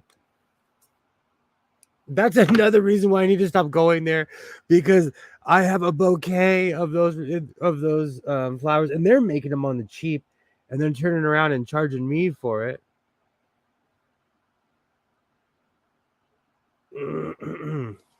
Sorry. Here's an idea. Do a thread haul. Oh, holy cow. I have boxes and boxes of thread. I was actually thinking about at certain Walmarts, I want to buy the larger Coat and Clark's spools, and they only sell them at certain places.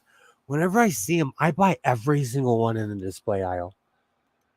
I have enough fabric to last a lifetime. You know, I think that's what it is, Pam, is I guilt myself. And I'm like, dude, just like this. I was like, you have to do something with this material. Like, you can't just look at it just because it's beautiful and purple and shiny. So I decided to make myself a Roman, Little Red Roman Hood. Oh, the title is growing. It's a working title. All right.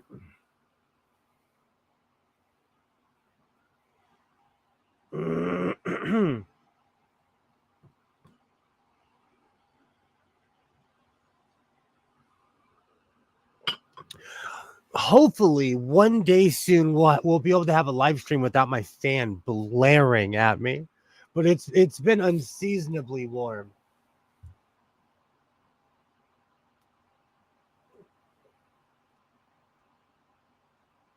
All right, gotta make sure I connect on that first one. Perfect. I probably have enough also. I have enough thread and embroidery thread to last 2 lifetimes. That's why when I was looking for my gold thread, I was shocked when it was on top. I was like, that kind of never happens. Does anyone know who, like, what town whoever won whoever won the billion, what town were they from? Does anyone know who won the lottery? I'm just curious of what town.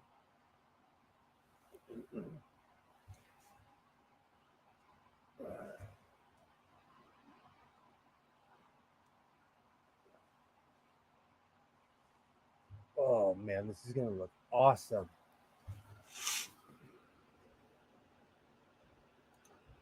A thread haul is a great idea, Kilroy. That's a great idea. But I'm crazy with it. That's why everything in this room is faced in a certain direction. Because everything else, like I told you, even in the rafters, like I have all the boxes saved of all the junk I have. See if you can see it. There you can. Above my TV there.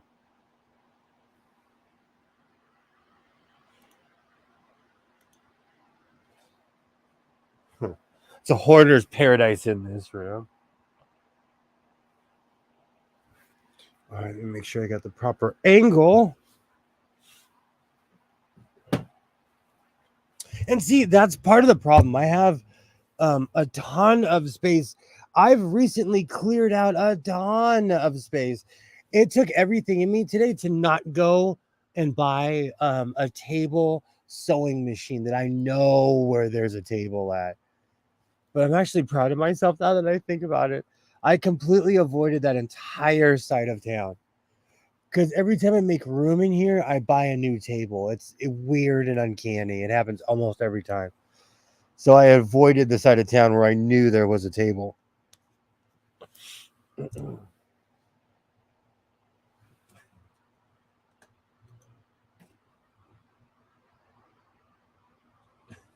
Bags. Do you know what's so funny? Okay, so for anyone who doesn't know, Pam has released a new Friday Sews, and in Pam's recent video, she pulls out a bag. The second you were like, "Oh, look at my bag," I'm like, "Oh, thank you. I'm not the only person who hoards bags. I have every bag. I'm a bag regifter. I have every bag that someone has given me, especially if you don't put my name on the tag. Oh man, or on the bag, I'm regifting it. I have every bag that Isaiah got for Christmas. I'm a bag hoarder too.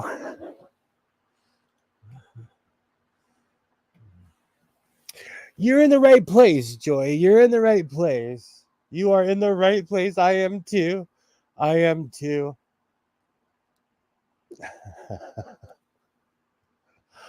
Oh, I'm ridiculous hoarder.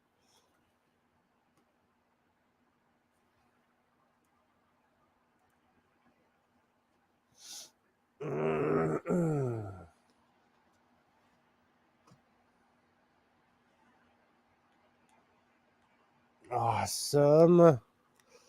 You know, this whole conversation is why I'm going to open up the Godless Sewing Museum. This cape is going to be there, all my sewing machines.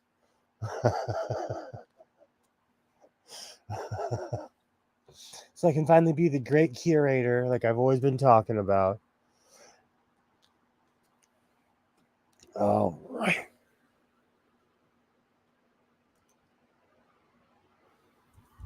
I'm more of a book hoarder than anything. I don't know how many I have, but it's a lot. Like I always say, it's not a problem unless you're hiding it from other people. And even then it depends on the kind of people. I'm kidding.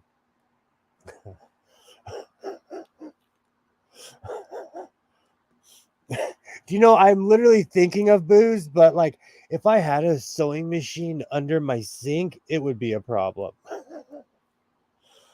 I don't. The only real sewing machine problem I have is I own a ridiculous amount of touch and sew sewing machine. I look at my bag storage space and think, how am I ever going to find anything? It's bad, but good. I know what you're saying. I know exactly. Do you know what's oh, so my mom and I hang out, and she was over here today when I came back from downtown, and she went to open up my hall closet, and I was like, "Do not open that. Do not," because I stuffed it. I stuffed my hall closet, and I'm man enough to admit it. Like, you have to know the password to get in there. It's bad, but out of sight, out of mind, you know. Oh, I forgot about that. That happened today where I was like, you may not want to do that. She was just being nosy and she wanted to see my reaction, and she got one. Oh, so like I said, it depends on who you're hiding it from. Oh, but again, I'm not hiding anything. I'm just making room for my fabric. I have so much fabric that there is a 4 foot by 5 foot stack in my closet bedroom that is all fabric. It's all fabric. I stood there the other day and I was like, could be worse.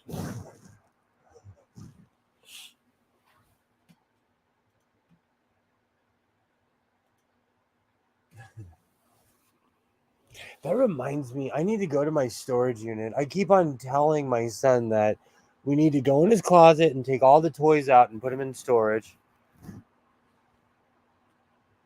because he has a ton of Legos and stuff. And then, like, every time I think about it, I don't want to go there because my storage is full. My storage, every time I go there, I have to bring something home because I have to like compromise because there's so much stuff in there. And I ask myself, how did I get all this junk in here? And it was piece by piece, you know? But every time I go to my storage unit, it makes me want to move and not retrieve the things out of my storage unit. But I'm such a hoarder that I have stuff hidden all over the place. In one of my old videos, there I open up my storage unit and I'm like shaking my head. That was almost a year and a half, 2 years ago. 3 years ago, no, 4 years ago, the box was almost empty.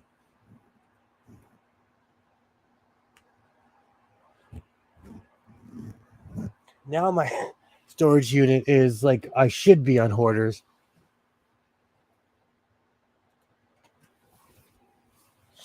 See, but that's the thing. Like, I'm willing to admit I own more stuff. I am the real life Liberace. I own a ton of stuff.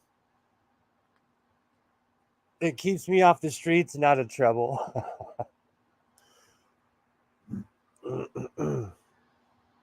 Oh, this is going to look great when I'm done with this.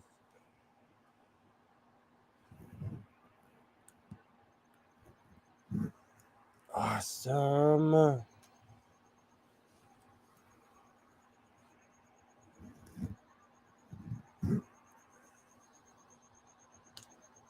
Perfect. I'm going to have to get more thread in a minute. The crickets are out already. Yay. They shouldn't even be around this time of year, but because we're unseasonably warm, it was in the 70s, almost 80s today. And I'm not complaining. Not about the weather, at least. Oh, this is awesome. Almost done. This is going to look beautiful. With the purple flowers and the gold, that is extremely regal.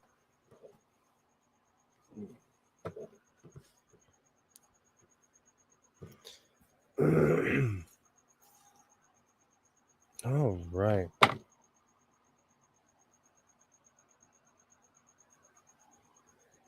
This is definitely one of those projects that was like a spur of the moment, but I am so stoked on how it came out. This was one of those things where I was like, should I, shouldn't I? And I did. And I am so satisfied with the results. And the gold trim is really adding on to it. I'm definitely in my Londo Malari era, so this fits right now.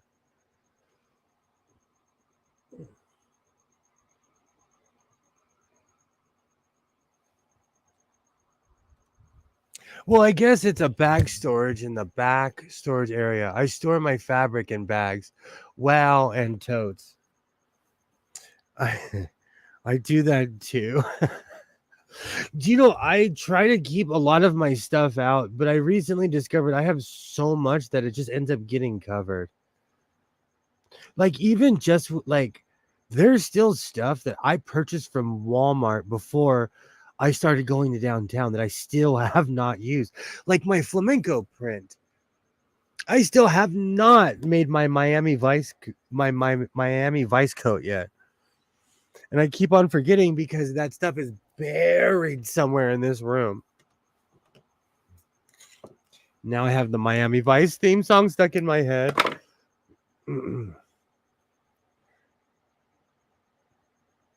But I have so much fabric that I forget. Even like with my clothes, and I'm not saying this like it's extravagant or like, hey, look at me. Like, I'm a hoarder of clothes. So I'll get something and I'm like, oh, crud, I forgot about this.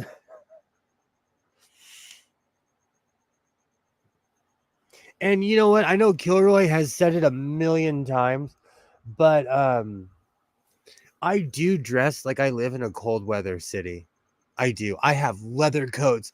I have fake leather. I have denim. I have those weird high Sierra jackets from Walmart that are actually really cool. I have every kind of jacket you could possibly. I dress like I still live in Oregon. Oh. Even though I now have lived here for a while, I dress like I still live in Oregon. It's the strangest thing, but I love layering.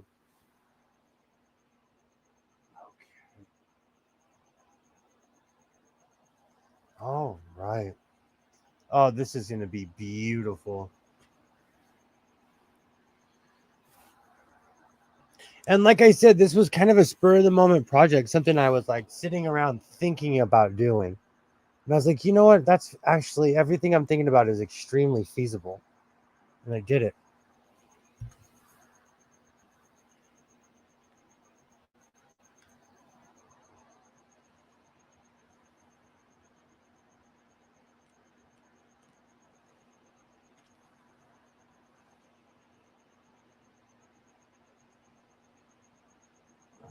Perfect.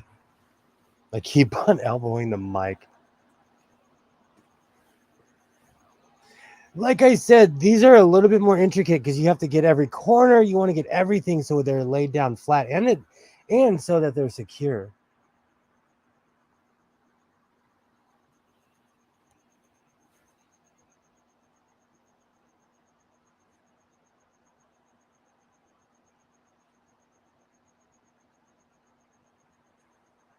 Okay.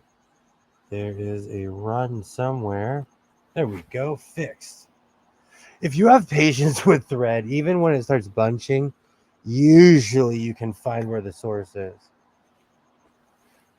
Perfect.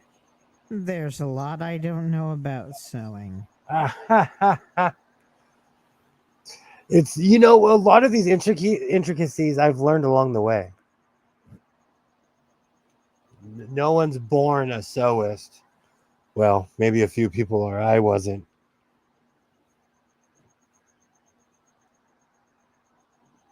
Oh, man. Everything I have ever sewn has flown apart. That's what this is trying to do. People were telling me not to buy Amazon thread, but it's 50-50. Some of it's cheap and some of it works. And this gold is Amazon thread. You didn't even have like a home ec class when you were a kid in school or anything? Nope. Wow. Nope. You see, we got what was called the Florida lottery. So it was supposed to pay for enrichment like music classes and like home ec. And then the year we got the Florida lottery, the music classes went away and everything it was said to pay for simply vanished. Oh, that stinks. And Pam, you are right. I love that flamenco fabric. I might just make a pillow and walk around with it. They kind of did that to us too, because my generation, they taught us to play instruments. Like I can play the violin, and somebody 3 years younger than me who went to the same school, got the same education, would not know because they got rid of all the arts. Mm. If you don't know, you can ask and figure it out sometimes. That's the beautiful thing about sewing. I've learned a lot just on YouTube. I used to watch my grandmother and my father, for as much of a tough guy as he was, he had a Singer 404 and he was obsessed with sewing.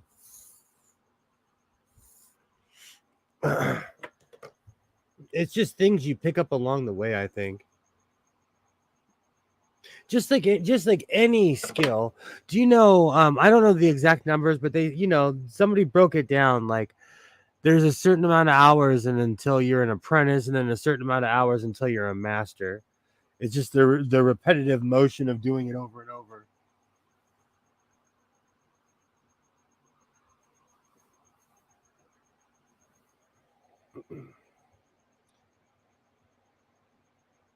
You still there? Yep. Okay, just I'm making just sure. Your noise filter really does work. Giving you a hard time. I'm Oh, just filtering all the uh,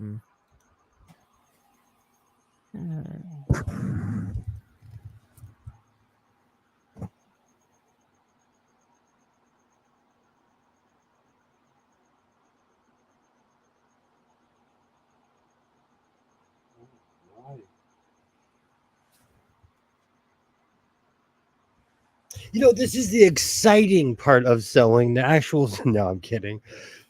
I used to always tell people, they would ask me like, "What's your channel about?" And I'm like, "It's literally about sewing." And sewing is not necessarily the most entertaining thing. I understand not everybody, like, I still watch Nancy Zeman like she's on television. And she's all over YouTube if anyone's interested. Foff has all of her 90s stuff is on there. And all her PBS stuff is on there as well. She was a woman who would sew on PBS. Did you grow up watching PBS, Commander? Yes. I did as well. I was obsessed. Masterpiece Theater, Doctor Who. Every Saturday afternoon, that's when they would show like all the British stuff. And if I was home, I would watch it.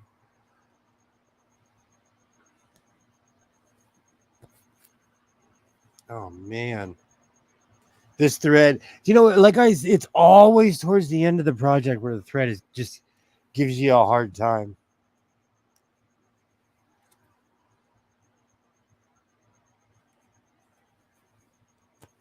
So in your education, you never had a home ec class or anything? No, they didn't have that. Huh? They didn't have that. They had OJT, which is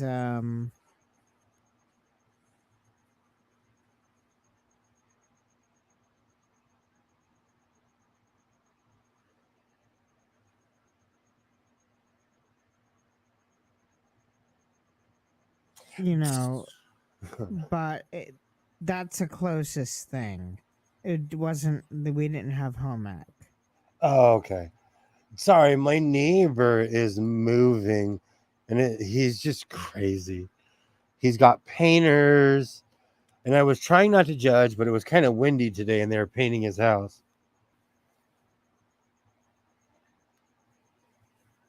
And I'm trying not to judge, but as a former painter, you shouldn't necessarily be painting when the winds are around. When they're not in your favor. And so I hope my fence isn't gray when I go out there tomorrow.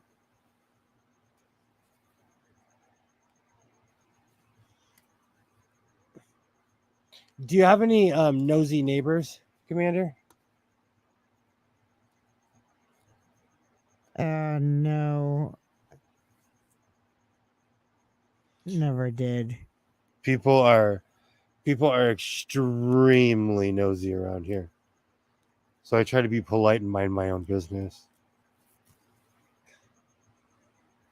But my neighbor sounds like he's putting up a stadium next door, but he's had garage sales at his house 2 weeks in a row. And so because of that, he has all kinds of stuff set up. And he used to own a bike shop, so he has professional stands everywhere.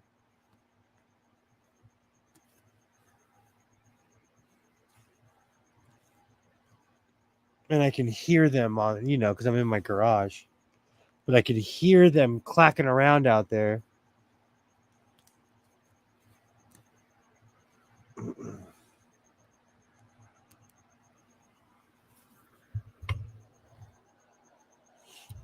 Oh, right. They're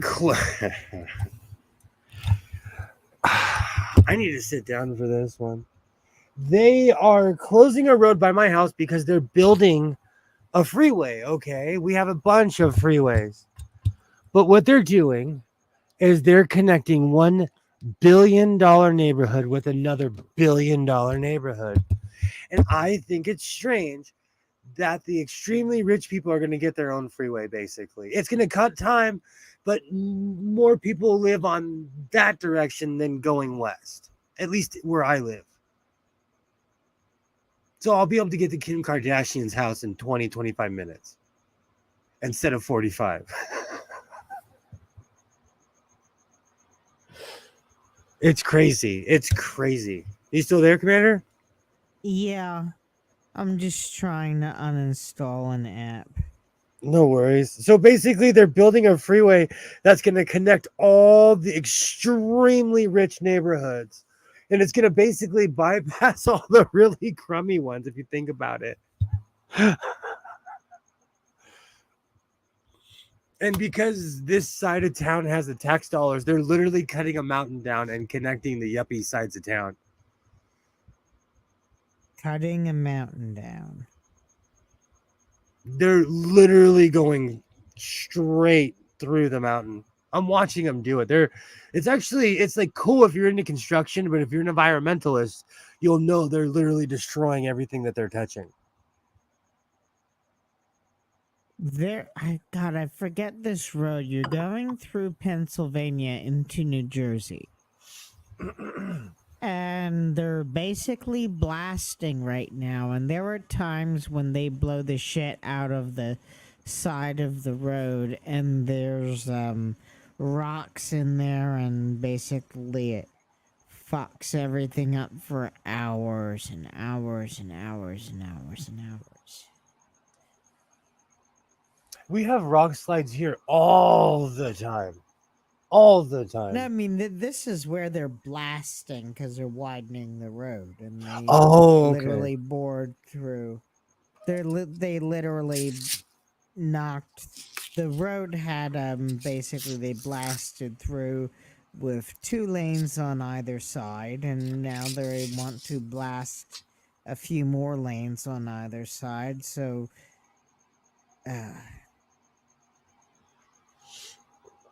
I just find it really strange that because I'm one of those people that I go to city hall meetings and everything, and let's be real, money talks.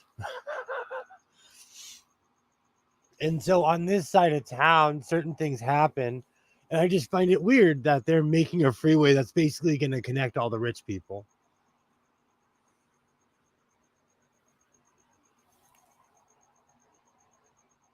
Maybe I'm reading too much into it.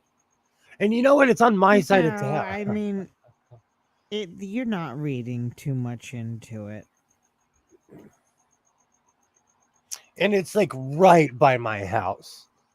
Like it's going to be strange. It's right by my house. But if they tear my property down, they'll owe all of us $1 million something, so that'll be cool. If they tear the house, if they like come for our houses, the property value is so high right now, they probably can't afford all of us.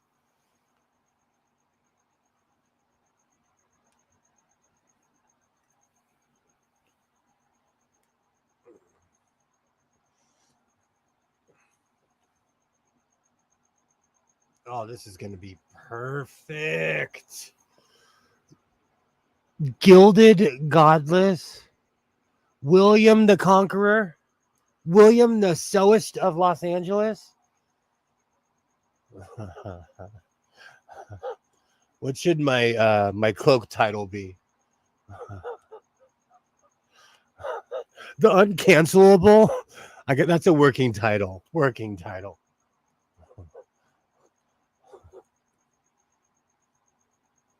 Do you know? I think we need to bring back gaudy titles again.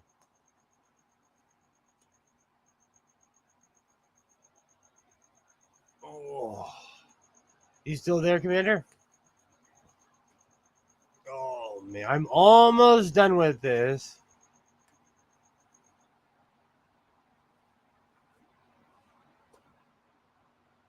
Perfect.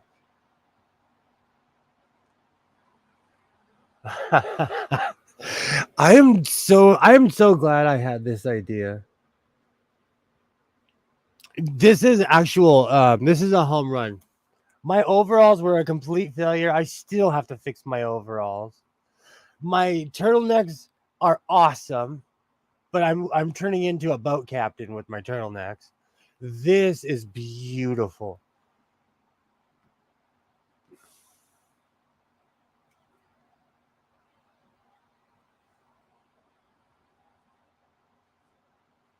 Oh, that's perfect. Oh, that's perfect.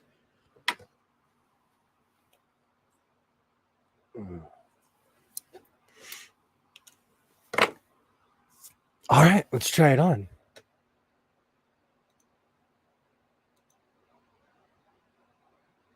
So the Impaler. I used to call myself William the Inhaler Man instead of Popeye the Sailor Man. Finally got kids in bed. Such a good feeling. I remember when Isaiah was a little guy, I would like sit in the hallway and be like, yes, accomplishment achieved. I've had a few. Pam, thank you so much for saying that. I was so embarrassed. It's because I hadn't made anything but a coat in like a year. I made my bibby way too huge. The pants were actually good. I need to work on my crotch work, but those pants were a complete failure. Complete failure. But I'm willing to admit, maybe I can throw this on over my vest like a true writing. Oh, this is awesome.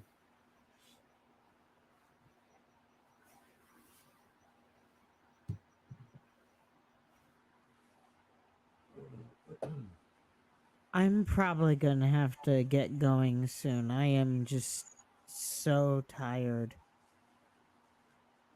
Oh, no worries. I'm not gonna. I'm probably gonna go for like another half an hour. Oh. Oh. Everyone have a really good night. Hopefully tomorrow afternoon I will have a um uh, try to make something that depicts Musk as the clown that he is. And if you go to my channel, the latest video I have, the thumbnail is a giant turd saying Musk asking, "Am I poop? I'm poop." And the turd says, "Yes, daddy." Good night, everybody. Have a great night, Commander. And I am pumping Elon's voice through the furry.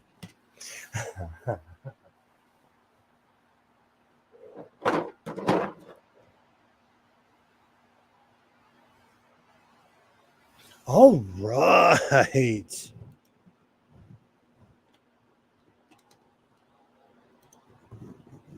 Oh, that's beautiful. Let me switch the camera.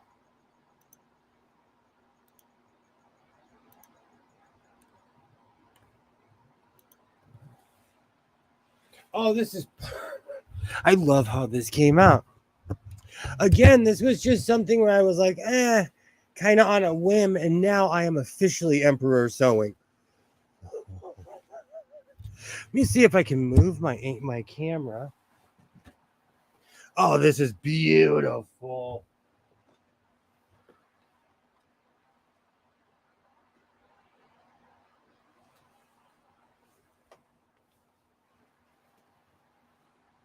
There we go. That's a little bit better. Even with my socks on. Oh, this thing came out perfect. I love how the gold really makes this. I'm glad I didn't go too deep. I was gonna buy a bunch of this stuff, but looking at it in the camera, I really like how this came out. This is definitely Emperor Sewing. I love it. And see, this was a project, something that I had in my head, and I made it last night, and here we are.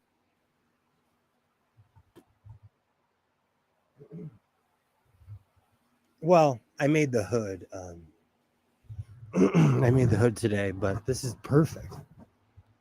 Thank you, Pam. Thank you. I was gonna go with a really gaudy, huge, like a huge headpiece, but I figured I would go with my cape look first. Go for evil Emperor Sewing.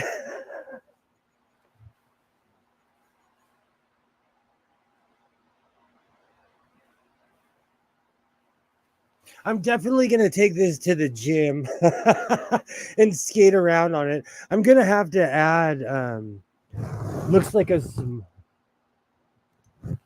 smoking jacket. I like that.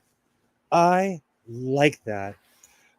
They would trip out if I walked in a smoking room. We have quite a few cigar shops in my town where you can still smoke in there. They would be shocked. And I'm actually famous in one. So if I walked in wearing this, they wouldn't react.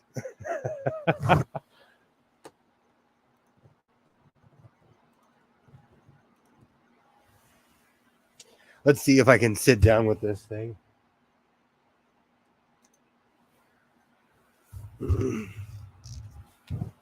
Oh man, this has got a train on it. Oh, oh, that's perfect.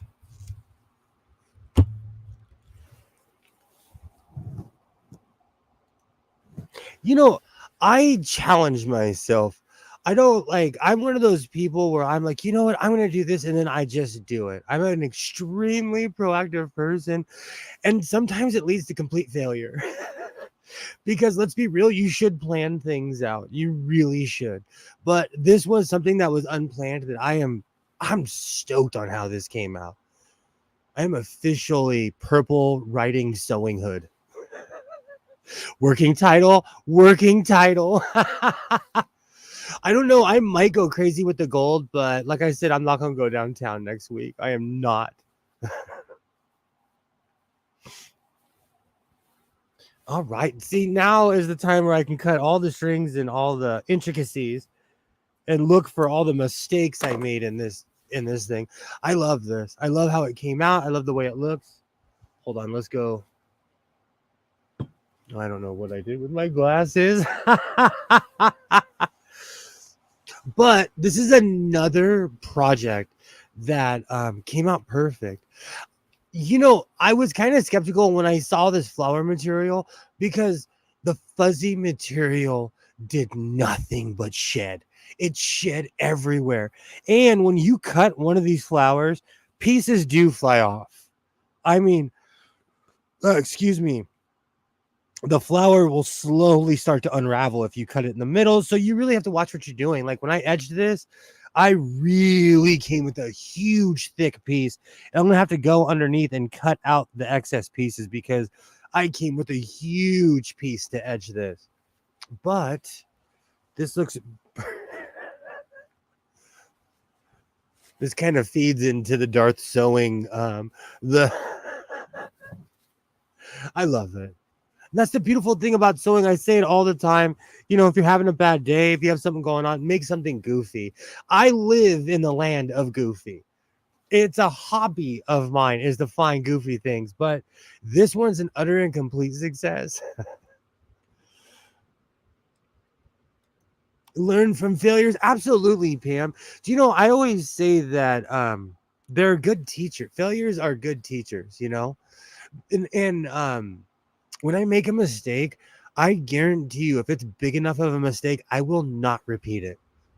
When it comes to sewing, I will not repeat it because what happens is you learn as you go along. You know. Let's see. Oh crud! I've been waffling for 2.5. I'll go for a little bit longer. Absolutely, Pam. If anyone wants to join, just let me know. I'm gonna put this up for a second. But this was a complete success. I'm thinking about making another sleeveless hoodie. I'm sorry, another hoodie without the hood, but we'll see what happens. Gosh, I say that and watch tomorrow. I'm gonna have one.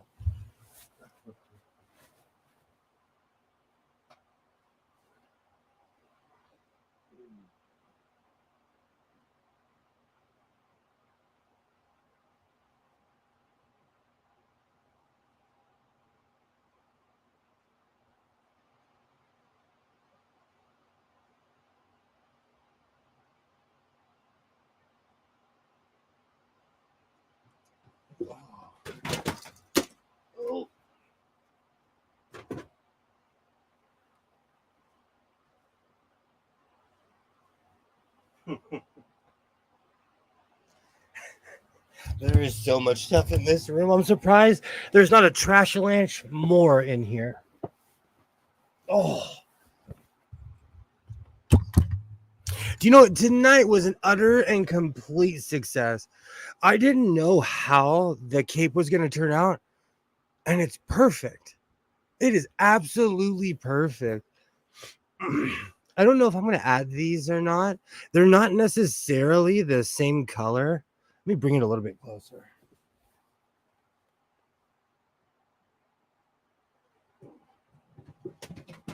Oh man, I keep on knocking over my stormtrooper. Speaking of Star Wars, I have a ridiculously large stormtrooper in here.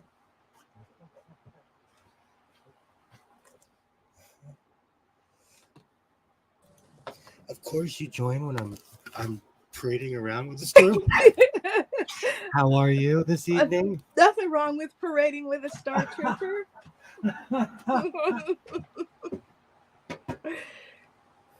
I appreciate all things sci-fi. Look at my cave. Wow, you got the gold appliques. It's a nice color. Downtown, I've learned a few things from going downtown. Oh, have you?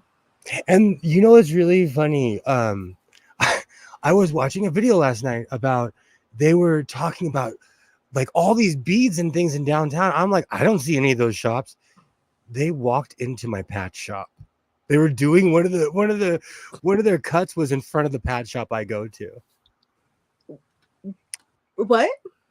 I'm confused. They basically, I wouldn't have known about these appliques if I hadn't watched the video, and they were standing in front of the shop I go to. Oh, okay. So I walked right in. I was like, holy cow, they've been here the whole time. But I'm so concerned about the patches, you know. I see. He wants an excuse to stay on later. Always, Pam. Yay. Hello, Waterday. How are you? Hello. Oh, I am tired. I was cleaning that sewing machine until the wee hours last night. Yikes. Ooh, yeah, we got started late because my friend was having a rough time, so we were talking. I completely understand. Thank you, Veronica. Thank you. So I'm logging into the chat on YouTube so I can see everyone's comments. Yay. How's everyone doing tonight? Sorry.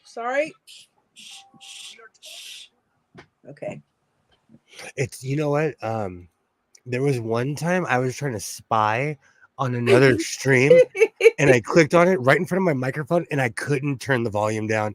And I tried to turn my phone off and the screen just popped up with the phone off, but the screen was there. And the whole time I didn't mute myself. I don't know why I didn't mute myself. You panicked. Oh, it was awful. So people now know I spy.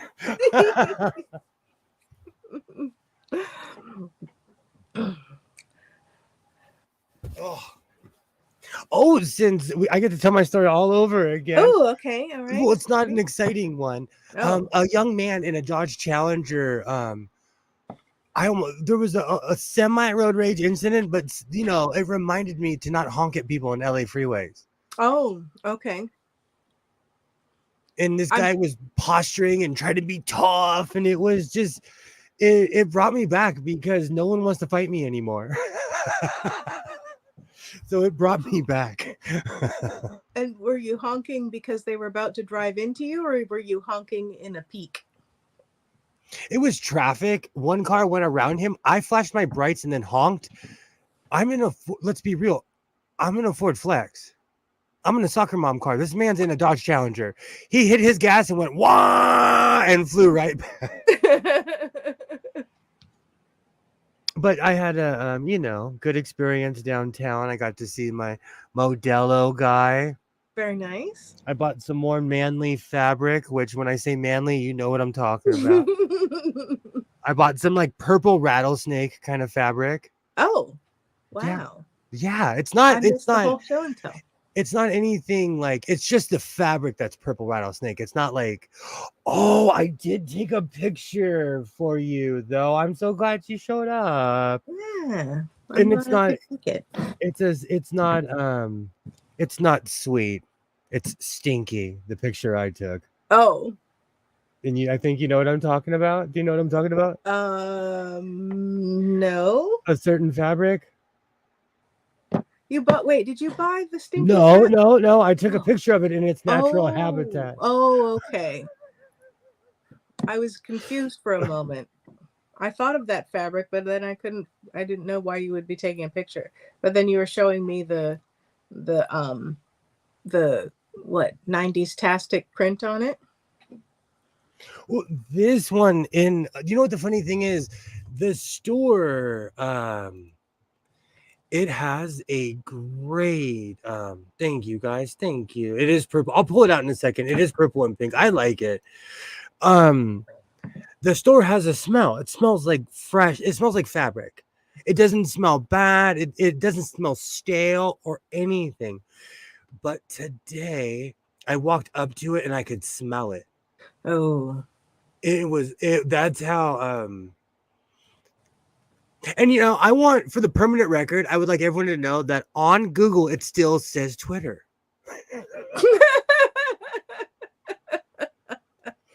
For the permanent record, it drives me crazy, is all I'm saying. I don't know why you changed your name when we still call you your old name anyways. Share screen. There it is. Okay, right in the middle. Do you see it? Mm-hmm. It smelled it. It was so funny because I walked past it. I'm like, "Where's the stinky fabric?" I doubled back and it was right there. It smells like almost like tires, almost like burning tire. Oh. Well, with gas doused in gasoline. I mean, gas prices, you can melt it down and run your car. I really want to know what it's made, and it's just hanging out with all the other stuff. And take a look. Eventually, I will purchase one of everything there. He gives me like $1 a yard, That eyelet, the black with the eyelet trim was nice. And then I like the green plaid. I turned that down today because it reminded me of a flannel my mom used to wear all the time. It's almost the exact print. Almost the exact print. Stinky fabric, the revenge. Kilroy is right. It's weird. It's weird to me. All the stuff I've purchased, that stuff reeks. It reeks. So what's going on in the chat today? All positivity, all nothing too crazy. It's a beautiful day here in the House of Sewing. Excellent.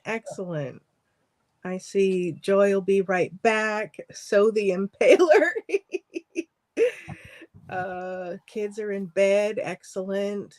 Hello, Pam. Hello, Kilroy. Is touching the stove. Is touching the stinky fabric though. True. Maybe it'll wash out. Maybe. Okay, I'm gonna say this, and then you're gonna jump out, and then you're gonna jump back in. You're getting choppy. All right. We have to tell it that I really mean it.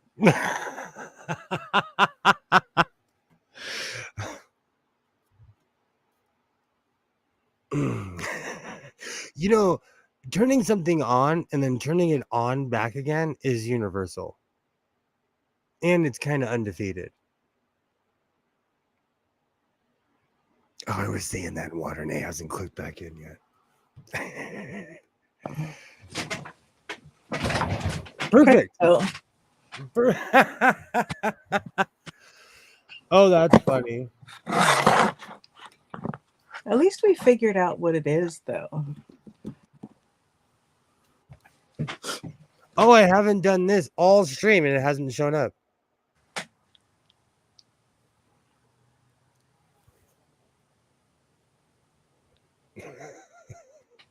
That is so weird to me. I'd really like to know what made it start doing that. It literally, I think it's a virus. It came out of nowhere. Because it doesn't do it when I do it. I truly think it's like a computer virus or something, you know?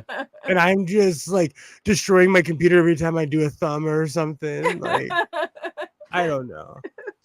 Five fewer uncorrupted megabytes. I'm obsessed with sci-fi. Tell me a series that does not have a episode with the name Ghost in the Machine. I'll wait. I get named just on top of my head like 3 Star Trek franchises. Stargate's done it twice. Actually, 3 times.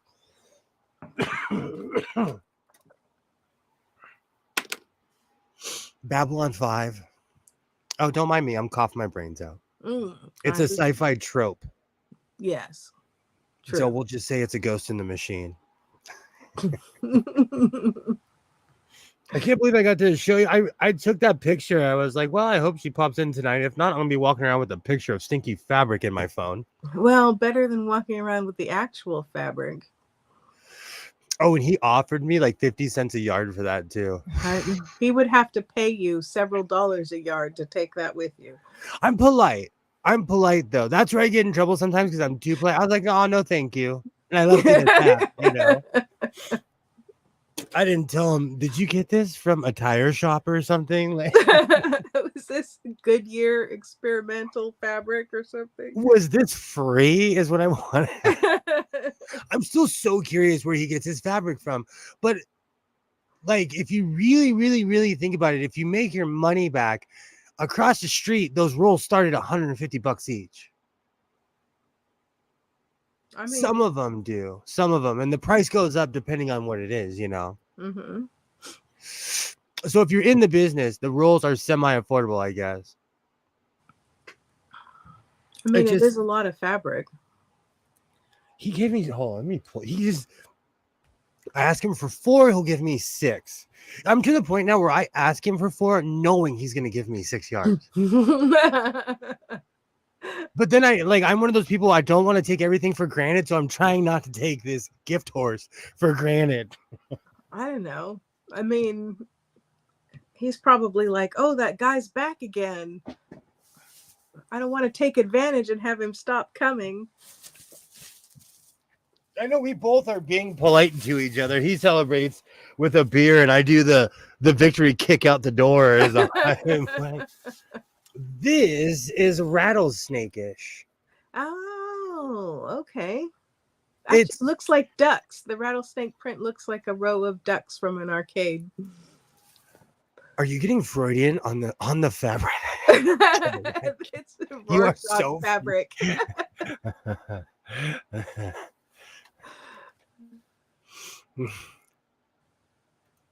It may not last forever. I think about that all the time. I saw the rest of the Santee Alley print, the stuff I love, and I was like, I need to buy that soon. Because I've almost purchased all of it. And again, because the math is in my favor, he should have just sold it to me that day. Which one are we talking about? I mean, there's a lot of the one with the one that everyone liked with the microfiber. Okay. Yeah. Which I have enough now to do like a background. So because Amazon's trying to sell me everything, they're trying to, because I say microfiber all the time, they're trying to sell me microfiber backgrounds for photography. And I'm like, it would be cheaper just to like get a couple yards in downtown because they sell microfiber everywhere. But I also got this. This is manly. It's black. It's the opposite of the other one I got last year. So now I have to make a matching coat. You could make something reversible with the 2 fabrics. It's my hat. That's a great idea with 2 pockets. That would be heavy though. And you could put the pocket so that it's accessible from either side. Ooh, that's even better. That's less work. I like that. I have a million ideas. I have this weird thing of purchasing every fabric in the front row of that place, and I think I have officially. They And put then it up there to get you. I got this because I'm a space kid. This was hidden underneath. I Ooh. found this. I was digging, and it's super stretchy. Huh. What are you But, going to like, do with that one? I don't know. I have a gajillion turtlenecks. I was thinking about full body suit. Let's see if I can see through it. No, I can't. So the full body suit, I'll figure it out though. I was thinking I had a long time ago, I had a full body black suit, and I saw the neighbor kids were going around this was a while ago. They were ding dong ditching people. I put my suit on, I went through my side gate, I made those kids jump like 5 feet in the air. Because they couldn't even figure out where the voice was coming from at first, because I'm wearing an all black suit, and it's in the night. Oh man, those were good times. I feel like an all black suit with a hood in that star fabric would be a good Halloween costume. In the early 2000s, I don't know if it's popular or if it style ever came back, but they made hoodies that zipped all the way up. Mm-hmm. I worked at a tattoo shop, and they were like, they had a new rule: you're not allowed to walk in with your hoodie zipped all the way. Wearing masks in Hollywood back then was a bad idea. Yay! Yay! Hello. Spirit know. man. Pam totally has me thinking now that guy won't last forever. He lets me. Do you know nobody? They're like they're ready for TikTokers and YouTubers down there. There is no videotaping signs everywhere. Mm. In Hollywood, you literally drive. I could take you right now. We would drive down Hollywood. You would see TikTokers there right now. It's Isaiah and I, at least 3 different times we've gone to Hollywood randomly during the day. Every time someone's doing some like mass production of some video in front of the theater, or at the mall. I watch some dancers, and so you see a lot of dancers performing in the street. It's weird to me because I used to live down there. And so I see them and I'm like, oh, wow. Like, you're literally on Yucca Boulevard, bro. Like, I know where you are. Like, I know where you are.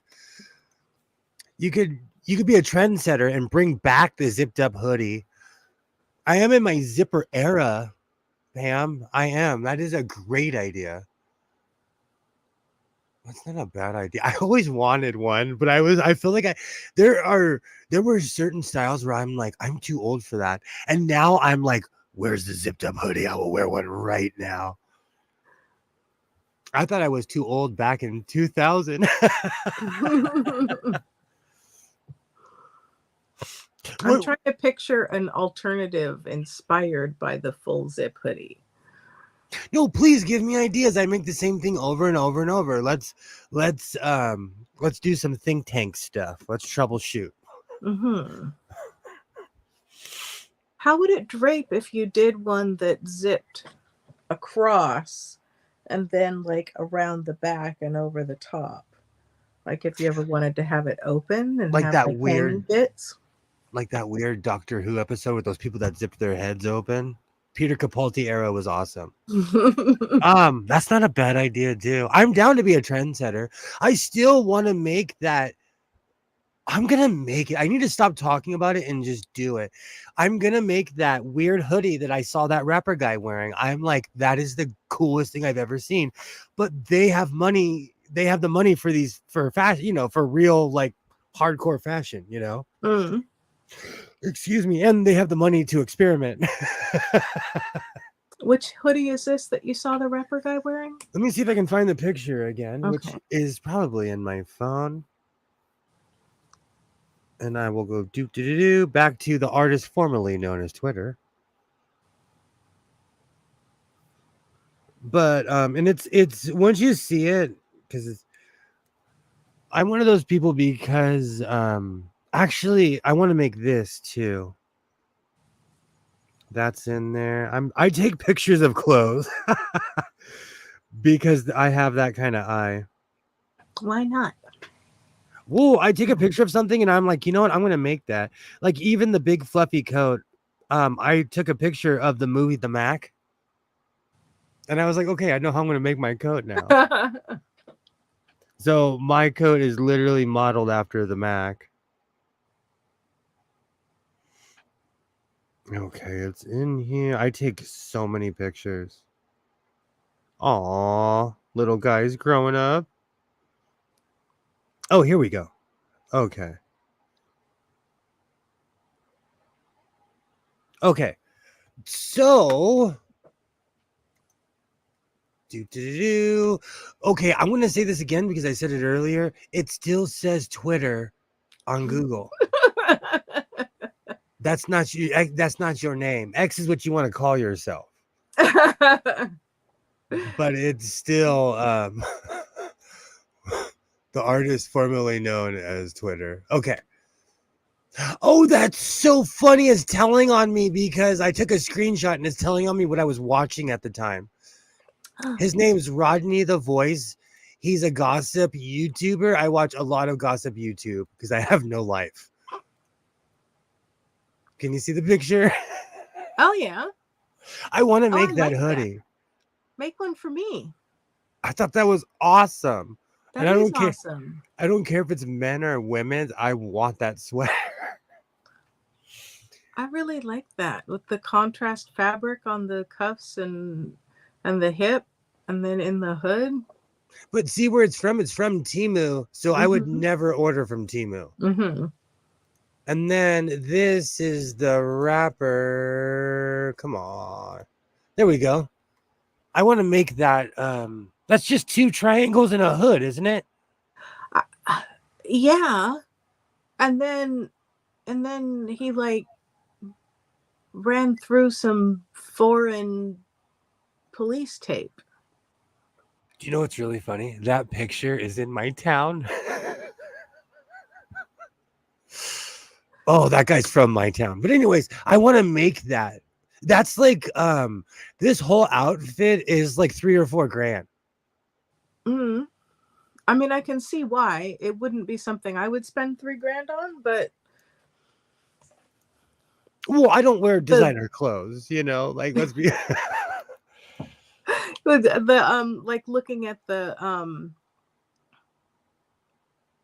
like it's interesting from a creative standpoint, you know, with the like the different stripy applique bits and stuff. I think that you could play with that into something, you know, for your own self-expression. And I like the more the triangle arm thing. I yeah, want to do it more as an experiment, but I just you know, I'm like I don't want to waste fabric. I'm sitting in a fabric factory. this is true. So I'm gonna make it. I've been talking about it so much. I'm gonna make it. Are you gonna make the pants too? I'm not into the pants. I just want the I guess I'm not necessarily a matchy kind of guy. Mm-hmm. I'm really big on contrast. I like the cape better than the pants myself. Exactly. Like the pants aren't my thing, you know, but I really want to wear that hoodie thing. Mm-hmm. But I'm not going to spend, you know, I'm not going to go to Balenciaga or wherever that thing was made. When did the zip up hoodie go out of fashion and when did it go into fashion? Well, okay. So in the early 2000s, I worked at a tattoo shop on Las Palmas and Hollywood Boulevard. I knew a guy that owned 3 different shops. I worked at all 3. He owns 4 or 5 now. Long story short, I was a plucky, scared, like 19 or 20-year-old kid. I didn't know anything about life like that. I was literally working at a tattoo shop with a bunch of convicts, and the guy put me at front. He told me, because you know how to count. He's like, oh, you're really good at math. You can work the cash register. So, like, I learned life from this job. It was, you know what I'm saying? Like that job taught me about life, and I was exposed to the everyday life of Hollywood Boulevard, where it's more of the business side. You know what I'm saying? Like, there's commerce that goes through there every day. It is a tourist trap, but I'm saying there's people. It's real. It's not just oh, it's a tourist trap. There's real people down there. That their livelihood is based on people going to Hollywood and thinking they're going to see Brad Pitt. Spoiler, it's not going to happen. Right. He lives in Santa Monica. Go there.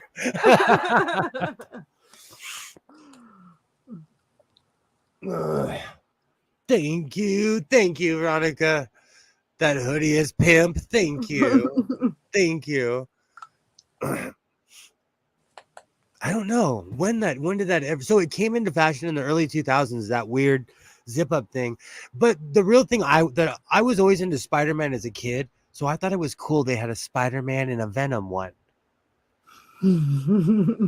But again, I worked in Hollywood, so you were not allowed to go anywhere, walk into anywhere with a mask on. Like, it was different times back then. Right. Someone walks in with a mask, everybody would do this. Like, hey man, I just work here. None of this is worth my life. Take it all. Do you know what's really funny? I worked at Carl's Jr. and they tell you that. First, day one of manager school, day one, they tell you nothing in that store is worth your life. Nothing. Don't be a hero. Don't, like, they won't fire you if you make it on the news, but they're like, just go like this. Let them take everything. Let them take your watch. We'll buy you a new watch. Don't wear a watch. No, but it's true. It's true. In the world of special needs, we ask kids that, like, oh, we put them in certain scenarios. We try to tell them, like, how would you react to this or this? And it's always like, oh, I'm gonna do a double kick flip off the tree and this and that. And it's like, nah, bruh, just give it to him. We'll get you a new one. We're not teaching people to, like, be meek, but we're also teaching them, know your limits. Right. Let the insurance company pay out. Don't be a Rambo. Exactly. Even in, like, the San Francisco world where everything's locked up, you're seeing a lot more people fight back. That's different. If someone's trying to physically harm you, defend yourself, Yeah. But, like, I'm not gonna, if you're reaching for the cheek lays, I'm gonna let it go like this. Yes, don't keep anything on you or in your pockets. It's really funny. My next door neighbor's daughter, she has Asperger's, and when she found out that I go downtown a lot, because I was talking to her father, I was like, yeah, I've been going downtown a lot. She started looking all concerned. And she came in. People that have Asperger's, they obsess over things. She came over to my house 3 hours later with a list of, like, when you go downtown, don't bring your wallet. Only bring this and an ID. Don't bring this or that. Like, she was so concerned for me. I had to show her pictures and footage of, like, downtown is not what you think it is. Yeah. It's That's still sweet though that she was concerned for you. Absolutely. No, absolutely. It is in a way, but it's not in a way. It's weird. Gentrification is really weird. Yeah. Like, the Flower District, when Kilroy made a comment a couple weeks ago about how the street runs with Fabuloso, it's real. Like, that place is so clean. But let's keep in mind, was it 2018 or 2019, they had a form of meningitis that hadn't been seen since the plague era. So they're very sanitary down there for a reason, And then I read about that one activist guy who's there helping and aiding the unhoused people downtown. He ended up losing a leg because he got a terrible bacterial infection, and that was one of the main reasons I was scared to go down there, and I avoided that place for almost 2 years because of a news story. Yeah. It makes no sense to me, though. I mean, if you're going to herd everyone down into one area like cattle, then you need to provide some bathrooms and facilities for them.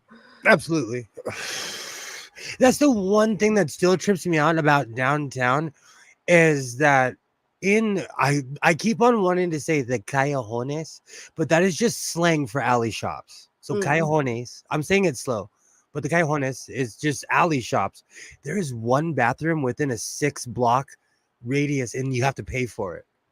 Yeah. And like I thought there was this lady there, and I was like, how is she? Like, if you really had to go, she's not going to stop you.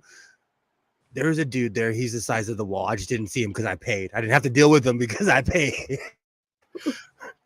But that's the only bathroom I've found, and I've done laps around that area. Wow. I now have a mental map of that like entire area. So they've cleaned up a certain corridor of downtown. But do you remember? I don't know. Were you ever frequent? Did you ever go downtown a lot? No. I mean, I would go down there some, but I never went down there a lot. It was bootleg heaven. I didn't go to. Oh, sorry. Please go ahead. Oh, just I didn't go to that part. It was more. I was other things that I was doing downtown. Like honestly, anything that you would buy down there, it was fake. Like if you bought a pair of Levi's, they were not real Levi's. If you bought and that whole area is shut down, and it's weird to me because I drive down certain streets and both sides of the streets are boarded up, and there's no one living there. The streets are clean, but the bootleg district is gone. Huh. And that's weird to me because that was a thriving. It was a joke, and like when I lived in MacArthur Park, I would look at people and be like, no one's clothes here is real. Like we're all wearing knockoffs, like all of us, because we go downtown and get it for $5, you know?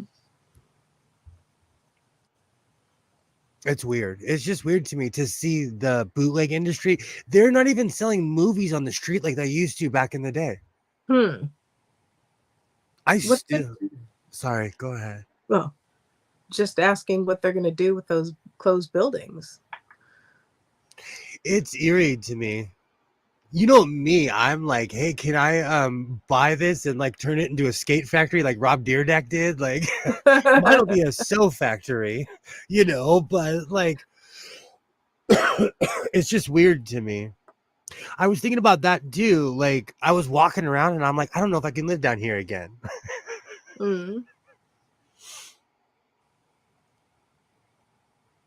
That would be interesting. You could turn it into like a I imagine there are a lot of like indie designers and stuff, and you could kit out like a how they have those like woodworking shops and things where they have all this big equipment you can't normally afford, and then you like rent time on them.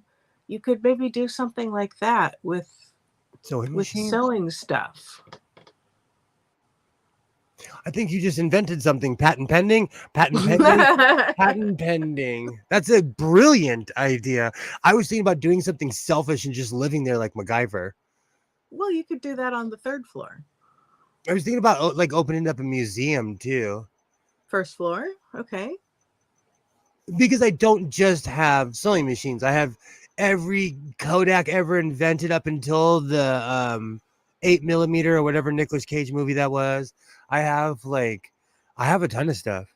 You know, I am literally sitting in a museum of junk. A long time ago, because I have thousands of comic books, and there was someone I used to stream with years ago. Actually, the person I did my first stream with this person. And I'll never forget, like we were just talking, and then he goes in this room and he has all of his comic books up on the wall. And I was like, I am so disorganized. In my head, I'm like, oh my gosh, I am so disorganized. But I have a ton of stuff. That could be a project for you. Sorting through and organizing the stuff that you got and the stuff your dad collected and my grandma too, and my grandfather, and my aunt, and everyone else who I was responsible for when they. I think it's because I'm the youngest, and I come from such an older family. The only other person that would be able to help is 62 years old. And I have another cousin that helped me. He actually helped me, but he has diabetes, and he can't physically necessarily you're going to sweat. If you come with me, you're going to be sweating at the end of the day because I have a ton of stuff. Yeah. Laugh loud. No space for my stuff. I'm running into that too. That's one of my problems. That's why I've been condensing lately. Well, AKA like donating clothes and stuff. You should get little labels and put them in. And then when people go to the thrift stores, they'll be like, oh, this is from the Godless Sewing collection. I found another piece. It's so funny you would say that. There are certain manufacturers that release their lines in thrift stores. Huh. I did not. I thought it was a fluke, but then I watched this video and then I read a couple articles and I was like, no wonder I bought some semi-designer stuff. Not enough space for my stuff either. That's why and you know what the funny thing is? If I was to tell my son, like, hey, let's go live in a warehouse, he would literally be standing in the hallway with his bags and a modem. He'd be like, let's go. Let's go right now. Like he's more hyped than I am. I had the furniture arranged so that I had space to clean that machine and try to film it at the same time. And so my friend came over and he's like, oh, are you moving furniture again? And it's like, I like this arrangement. Now you just have to sell some of these machines so there's room for the furniture. Get rid of the furniture, keep the machines. Well, my plan is to do both. I have some machines I want to keep, some machines I want to sell. I have an extra chair that I need to reupholster and sell or something. Have you ever had luck reupholstering anything and selling it? No, I haven't tried it yet. Reupholstering furniture would be a new thing for me, a new venture. Same. I've attempted on all my Office Max chairs, they're poorly built, so I end up wrapping them in denim. Oh yeah. I made a video about that because I make videos about everything that I sew. And that was an adventure. That was an absolute adventure. But I did the math perfectly. You should have seen my face when I put the cover on and it fit. I was like, oh, math works. One of those days. It's nice when your planning all comes together. I need to stop buying cheap office chairs. I will never buy a chair from Staples, Office Max, or wherever. I was so disappointed. And you know what? When the kid offers you a warranty, you should, because their chairs are so poorly built, you'll get your money back. Oh. Ugh. I should have got the warranty. See, now you shouldn't need an extended warranty on a chair. It should last you more than a year, let alone a month. To be fair, my gamer chair lasted me. I bought it in the height of the pandemic. I mean, February of in the height of the pandemic, and that it lasted almost 3 years. Mm. So the gamer chair was quality, but my the stand, I just bought a standard chair because I didn't want to buy the gamer chair again. Yeah. So I bought the standard Office Max chair. If it lasted a month, I would be shocked. Oh. But I feel like your gamer chair should have lasted longer than 3 years too. I'm a wiggler. I'm in here all the time. If you give me anything with wheels, I'm gonna go in circles. I'm ADD in a chair, I will drive to LA to thrift for years. I live in a thrift store. I guilt myself because I literally turned my middle bedroom into a closet. Well, I'm just lucky. Oh, sorry. Go ahead. You're lucky. My son's a Raiders fan. I got a ton of Raiders shirts. Ah. A ton. And he likes the black in the black and gray of the Kings too, because they're Raiders colors. So he wears my old King shirts, and I'm like, okay, good. They're going to use. Good. Wear all my old clothes. I can't even fit in them anymore. But we were telling you that if you made an Etsy listing or like set up a shop with, what is it? You see the ads for Skillshare and they're like, oh, and we can sell your stuff too. I think you'd have a lot of people wanting to buy your projects, your coats and hoodies and your refurbished jeans. And I do have quite an inventory. One day I looked up, like with my Mimi G jackets. One day I looked up and I'm like, I have an army of jackets. yeah, Like I could house, I could put these on 20, 30 people.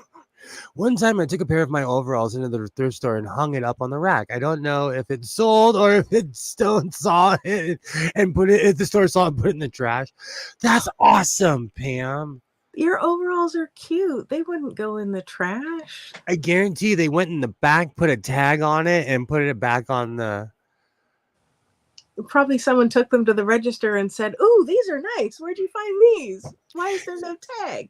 Do you know what's really funny? My dad did something like that. He built an appliance table for my mom like in the 70s. And she finally made him get rid of it. We put it at our local Goodwill. There was when it was like somebody put my cousin on the showroom floor. I would visit it. They sold it for $100. And one day I walked in and my dad was in there. And I was like, you check on it too. And he's like, yeah. Oh. Somebody bought it for $100. He was so proud. Somebody paid $100 for his appliance table. Whoop. I wouldn't have thrown it away. I just want someone to have the joy. That's awesome. Do you know what's really funny? I give a lot of the stuff I make to my mom. Mm. So she walks into work wearing some funky coats. And my mom, she had breast cancer and she never let her hair grow back. She cuts it short. So she rocks my hats. She will walk in wearing an LA hat with I made her a Day of the Dead sweatshirt. Like I give a lot of the stuff to my mom. Do people say, "Hey, godless"? Oh, wait, no, it's godless. No, but it happened to me one time where someone called me godless sewing in public, and it was strange. It was like an out of body experience. It was so weird. It was so weird. Like it's like someone that watched me was in vicinity. But let's keep in mind, I say everywhere I go to the same thrift stores over and over and over. You know, it was crazy. I go to San Diego every weekend. What's another couple hours? That is okay. Yeah, you said you live in Yuma. That's exactly because when we were driving to Yuma, like through Yuma, we were going to TJ. That's right. It's not that far. How far is San Diego from LA? Like, when are you going? So true. So true. As I hang my head. I was so mad when she said that. And it's so true.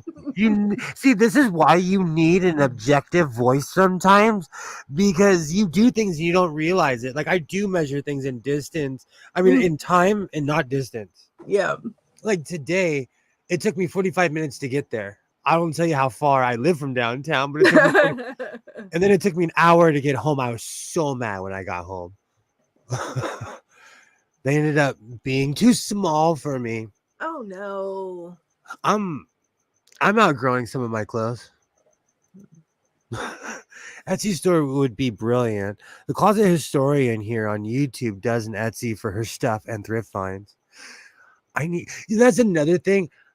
I have stuff I bought from my son that he's outgrown. Like I found an old Gemco work shirt. See, I want to frame that. I'm such a homer.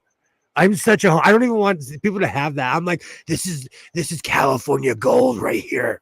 If you don't know about Gemco, you're probably not in your 50s. Well, that's some nostalgia for you. Exactly. When I saw it, I was like, oh, it's tasted like a Slurpee to me. I miss Gemco. Someone tagged and bagged them for me for sure. That's awesome. Selling them would be a good way to get more money for junk sewing.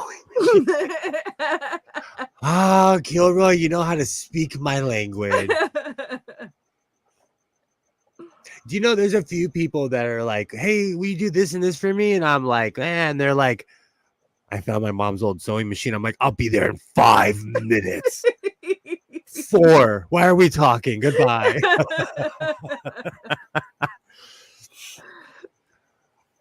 My mom pointed at a box in the hallway today. And she's like, what's this? I said, that's an Eldest Supermatic. Oh, that reminds me. My mom. I was threatened if I buy one more touch and sew, I'm going to the loony bin.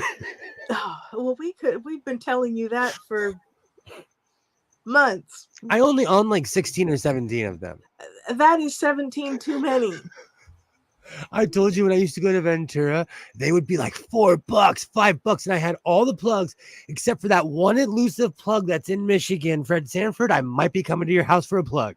You know, there's this thing called the U.S. Postal Service. I'm sure he could get that plug to you. We're not talking right now. As an official Karen, we are not talking. UPS, ups, downs. We are not talking right now. I am mad at everybody. If I could call the internet's manager and complain, I would. I am so mad at everything's good until it's not. Amazon has once again, my embroidery hoop is not here. It's not here. And it's like they said it was going to be there, and then did they? Okay, words are not my friend today. Neither you mine. Knew that it had a lot of shipping, but then they said, oh no, they're going to send it to you earlier. And so then now it's not showing up at all. Is that the situation? If it's not here by Wednesday, they're going to give me a refund, and I'm going to, I can't, see, this is where my Karens can't fight computers. You can't. They keep on telling me because they keep on apologizing, and then they're like, we can do this, and I'm like, I need it now. They're like, we can do this. I need it now. There's nothing I can do. There's nothing I can do, and so it makes me want. I just want my embroidery hoops and my machine will work. And part of me is mad at myself now because in downtown, they have this really overpriced sewing machine shop. They're barely open, but they have the real Juki in there for 10 grand. They have the Gray Singer that's $1,000 because it's got the brand new whiz bang computer. I just didn't want to pay full price for the embroidery machine. It just ticks me off. I want to use my machine. I've made so many patches. All these weird patches I made on my Brother PE 535. It's not even rocket science, you know. I am, Pam. And that's the thing. And you know, I always say, what's the saying, Professor, since you're our resident PhD here, causation isn't correlation or correlation isn't causation? Correlation isn't causation, but I do not have a PhD. I just need everyone to know. I'm just giving you a hard time. I would like one. You're way more educated than you're flying the ship here in the House of Sewing. Let's just put it that goodness. way. You're at the helm because no one else knows how to use the buttons. I'm just one of the mates down the line. You're the captain of this ship. I know. I'm just it makes me frustrated because I'm attempting to be productive and they're slowing me down. They're slowing me down, you know, and it's a piece of a machine. What if I had orders and I was relying on Amazon and I wasn't just some spoiled shrub who loves sewing? Oh, I just and I've been waiting. Now it's like a month and a half, you know, cue anticipation. And like it's first world problems, but like, I am so felled. I am instead of Seinfeld, I'm so felled. I'm over it. I'm over Amazon, and I can't believe I'm going to say this, but I'm not going to order for them for a while. They haven't followed through on anything, Well, I mean, Amazon isn't in control of international shipping. You're right. No, I need to hear this because I'm going to put my other vest on. I didn't think you were going to show up. I was going to end this like an hour ago, but here we are. Full Elvis. Let me do my James Brown and put my cape on, take it off, put it on a couple of times. I'm gonna patch up the that really cool leather vest that I got lucky on. Oh, okay. What patch have you decided, or like what? We do the work and you get the girls. Especially with his Fonzie vest. I'm full. Oh man, full Kirk. I am full original era. I will save that joke. That is a 1960s joke that is no longer actual to today's life. I am full Captain Kirk. Isaiah, it's really funny. Isaiah is definitely Dr. Spock because we'll be out in public and he's like, that's not logical. You shouldn't buy that. I've counted. You have 16 touch and sews. I've counted. Do you need another merit? Do you need another singer merit? Do you know how many you have? Because I do. Like if you asked my son, how many sewing machines does your father own? He would give you an honest answer and it would be embarrassing. He knows the real number, not the one I lie to myself because I forget there's 7 in a cabinet back here. When I was cleaning that treadle machine, I'm like, oh yeah, I've got to get rid of this because I have too many treadles, and I'm looking and I'm like, I've got too many machines and tables. What do I have? Like 3, 4, 4, no 5. And I have no, okay, yeah, I have 7 machines and tables. I do not have room for 7 tables in my house. I do that. It's not a problem until you're hiding them or stacking them, and I'm doing both, so it's not a problem. This is why I need to go in my storage unit and just go in there and see what's in there. It's been so long. I need to print out labels and put them on all my touch and sews, the F and sews. You need to give them an oil and a service and sell them. It's time for them to move out. Quite honestly, with my have you guys ever seen The Big Bang Theory? Here and there. Who's the guy with the really controlling mom? You always hear her voice. Oh, I don't know. He's a character. That is my mom. So then I'm surprised I haven't had an intervention yet, Pam. I'm surprised. I haven't come home and my whole family's sitting there with tablets, and I'm not talking about tablets. I'm talking about paper. Your sewing machines hurt my feelings. Your hoarding is ridiculous. Screw Amazon Crime. I like that. That's a t-shirt, Amazon Crime. I was ordering something on behalf of somebody I know, and Amazon tried to add an Amazon Crime subscription in the order. That's how they got me, Kilroy. They just were like, hit this button, and I did. And I've been going strong for years without joining Amazon Prime. I think I am going to get rid of my Amazon Prime. Your Amazon Prime viewing or your Amazon Prime shipping? They gave me one. All of a sudden I can watch football on Thursdays. They're like, click here, and Isaiah was like, let me see your phone. Because he's all in the football and my phone disappeared and he's watching it on my phone.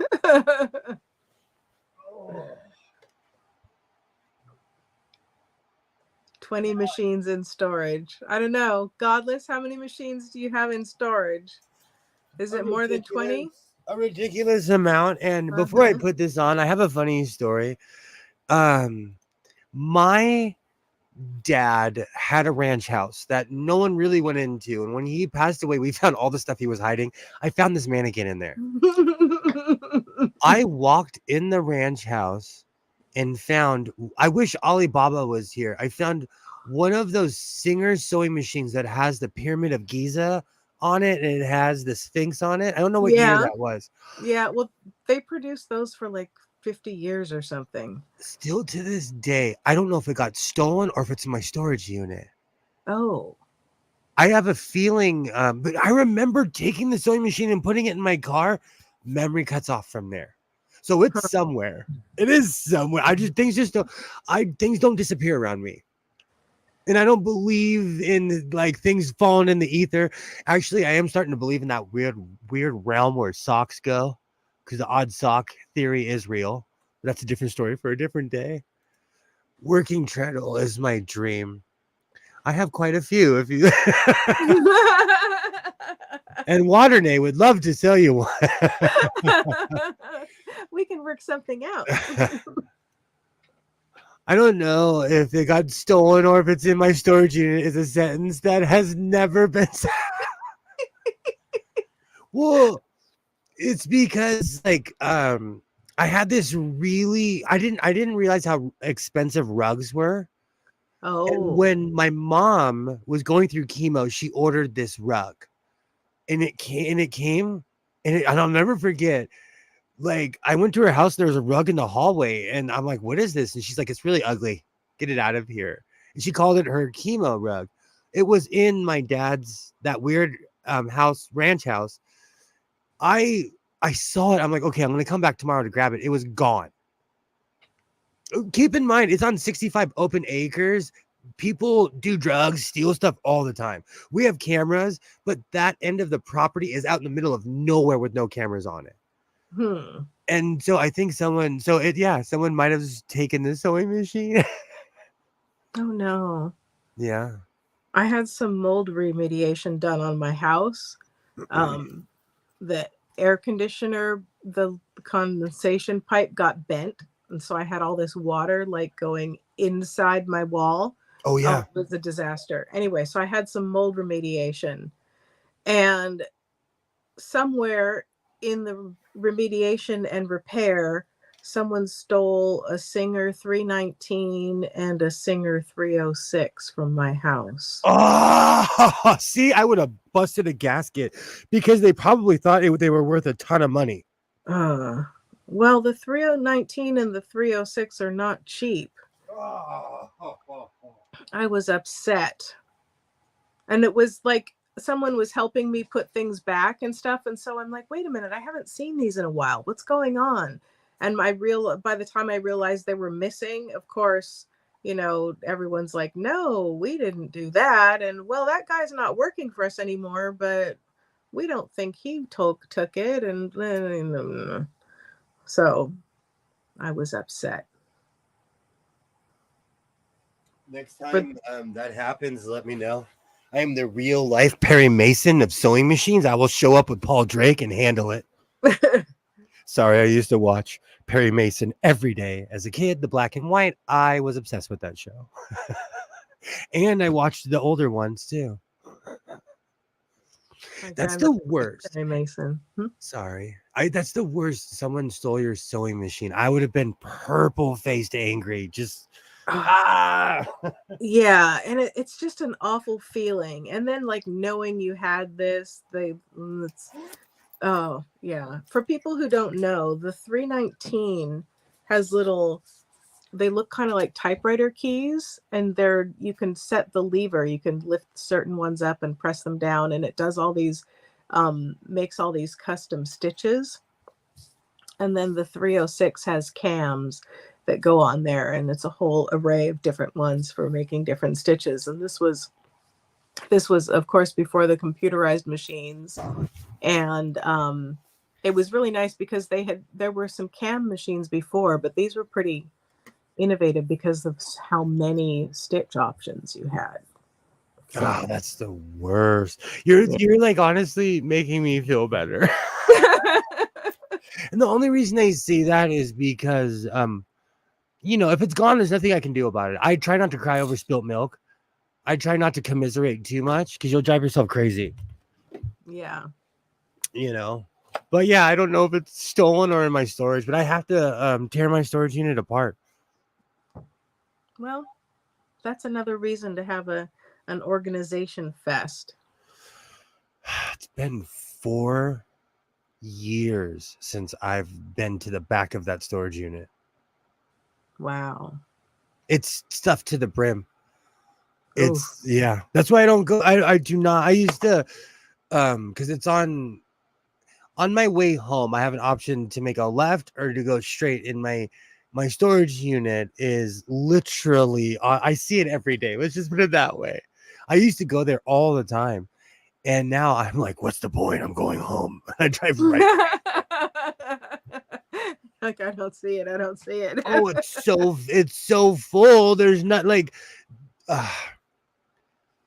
I'm gonna have to figure it out soon because I've been pressuring my son to take everything out of his closet and put it into storage. And I'm like, why did you say the dirty S word? Well, I mean, this storage unit, are they things that you want to keep, or are they just in there because you don't know what to do with them? Yes. See, all of the above.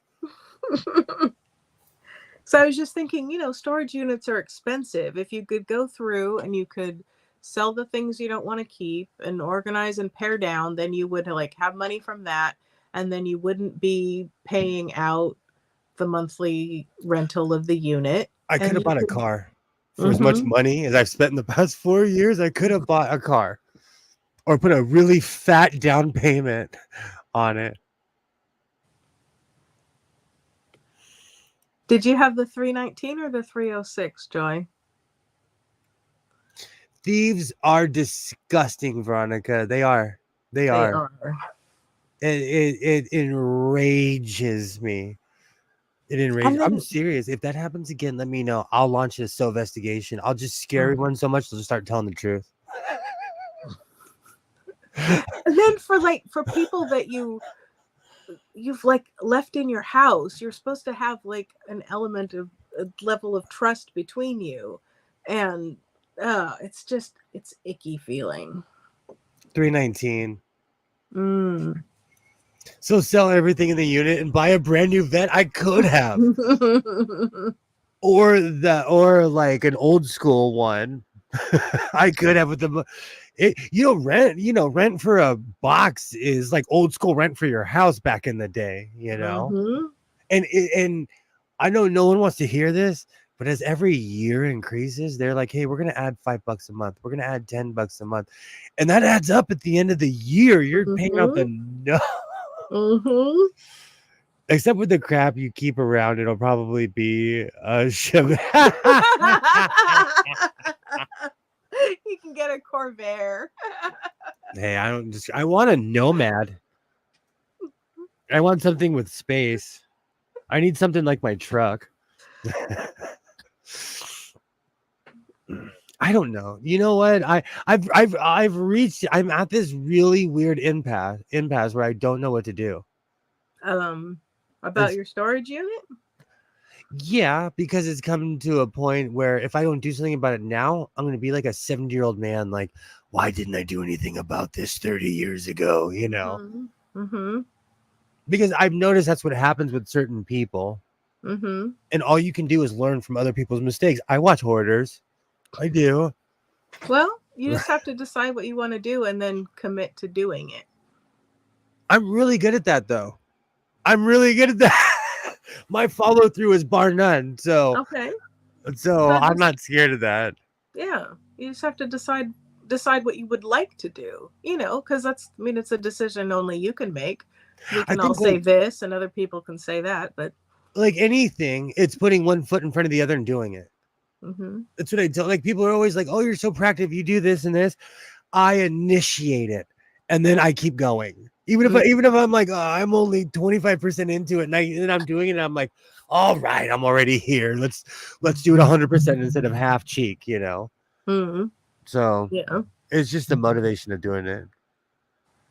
And yeah, I have so much stuff that I don't know if it's stolen or if it's in my storage unit. And I live in the burbs where my job is out in the country. Let's be real. There's a lot of people that are on stuff that makes them steal in this country.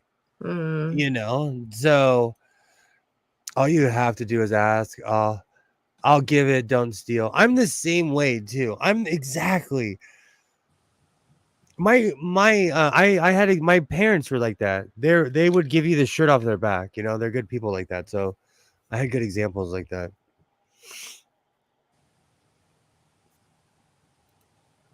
That is so true. I put a California patch on here just to keep it kind of neutral. Okay. But I haven't decided because I have a Godless Sewing. Oh, where is it? It's never there when you need it. It's been here all day. I have a Godless Sewing name tag, but then I was gonna put it I was gonna put it diagonal right here, but then I was like, oh, that's lame. But then I thought it was kind of cool. You could put it on the other side so that the zipper won't be in the way. I was thinking of that too. I was thinking And of then, because the vest is kind of like aggressive, I think that no, that was not a judgment. I like aggressive. I'm an aggressive But- sewist. It keeps the riffraff away. They think I'm tough, 10 times tougher than what I am. But I think for balance, you should go with the cat that's not the one with the 4 eyes and all mystical looking, but you should go with the other cat. Although I do like that the 4-eye one is all black and white. You could have a black and white theme vest. So That's what I'm kind of reaching for. mm-hmm. And I'm thinking about taking the Godless Sewing off of my Diablo one. That vest is older than me. That thing has had so many patches taken off and put it on. It's like a pin. It's like a pin cushion. The vest is so old that the leather is fading off. I will show you.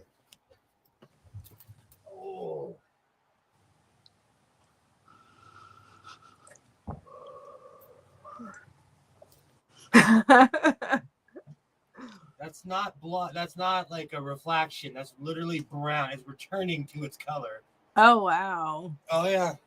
This thing is older than I am. Patina. It is. And you can see all the little spots from the road. This thing is old. But I'm thinking about just taking the Godless Sewing off the back of this. Oh, okay. I thought you had more of those patches. I put them on stuff like this when I shouldn't. Because this is old and I'm kind of outgrowing this, to tell you the honest truth. Like, I'm moving on, you know? Okay. And it's okay to move on as long as you remember, to quote Doctor Who, as long as you remember who you are, it's okay to become someone else and move on. Mm-hmm. You know, I'm not as angry anymore, and it's time to grow up in a lot of ways.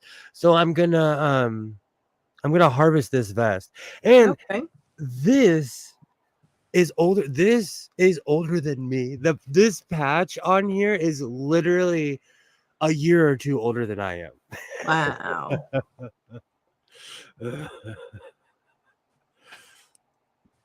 I watch hoarders to feel better about my fabric habit. So true. Grew up Catholic, was raised to literally give away my stuff.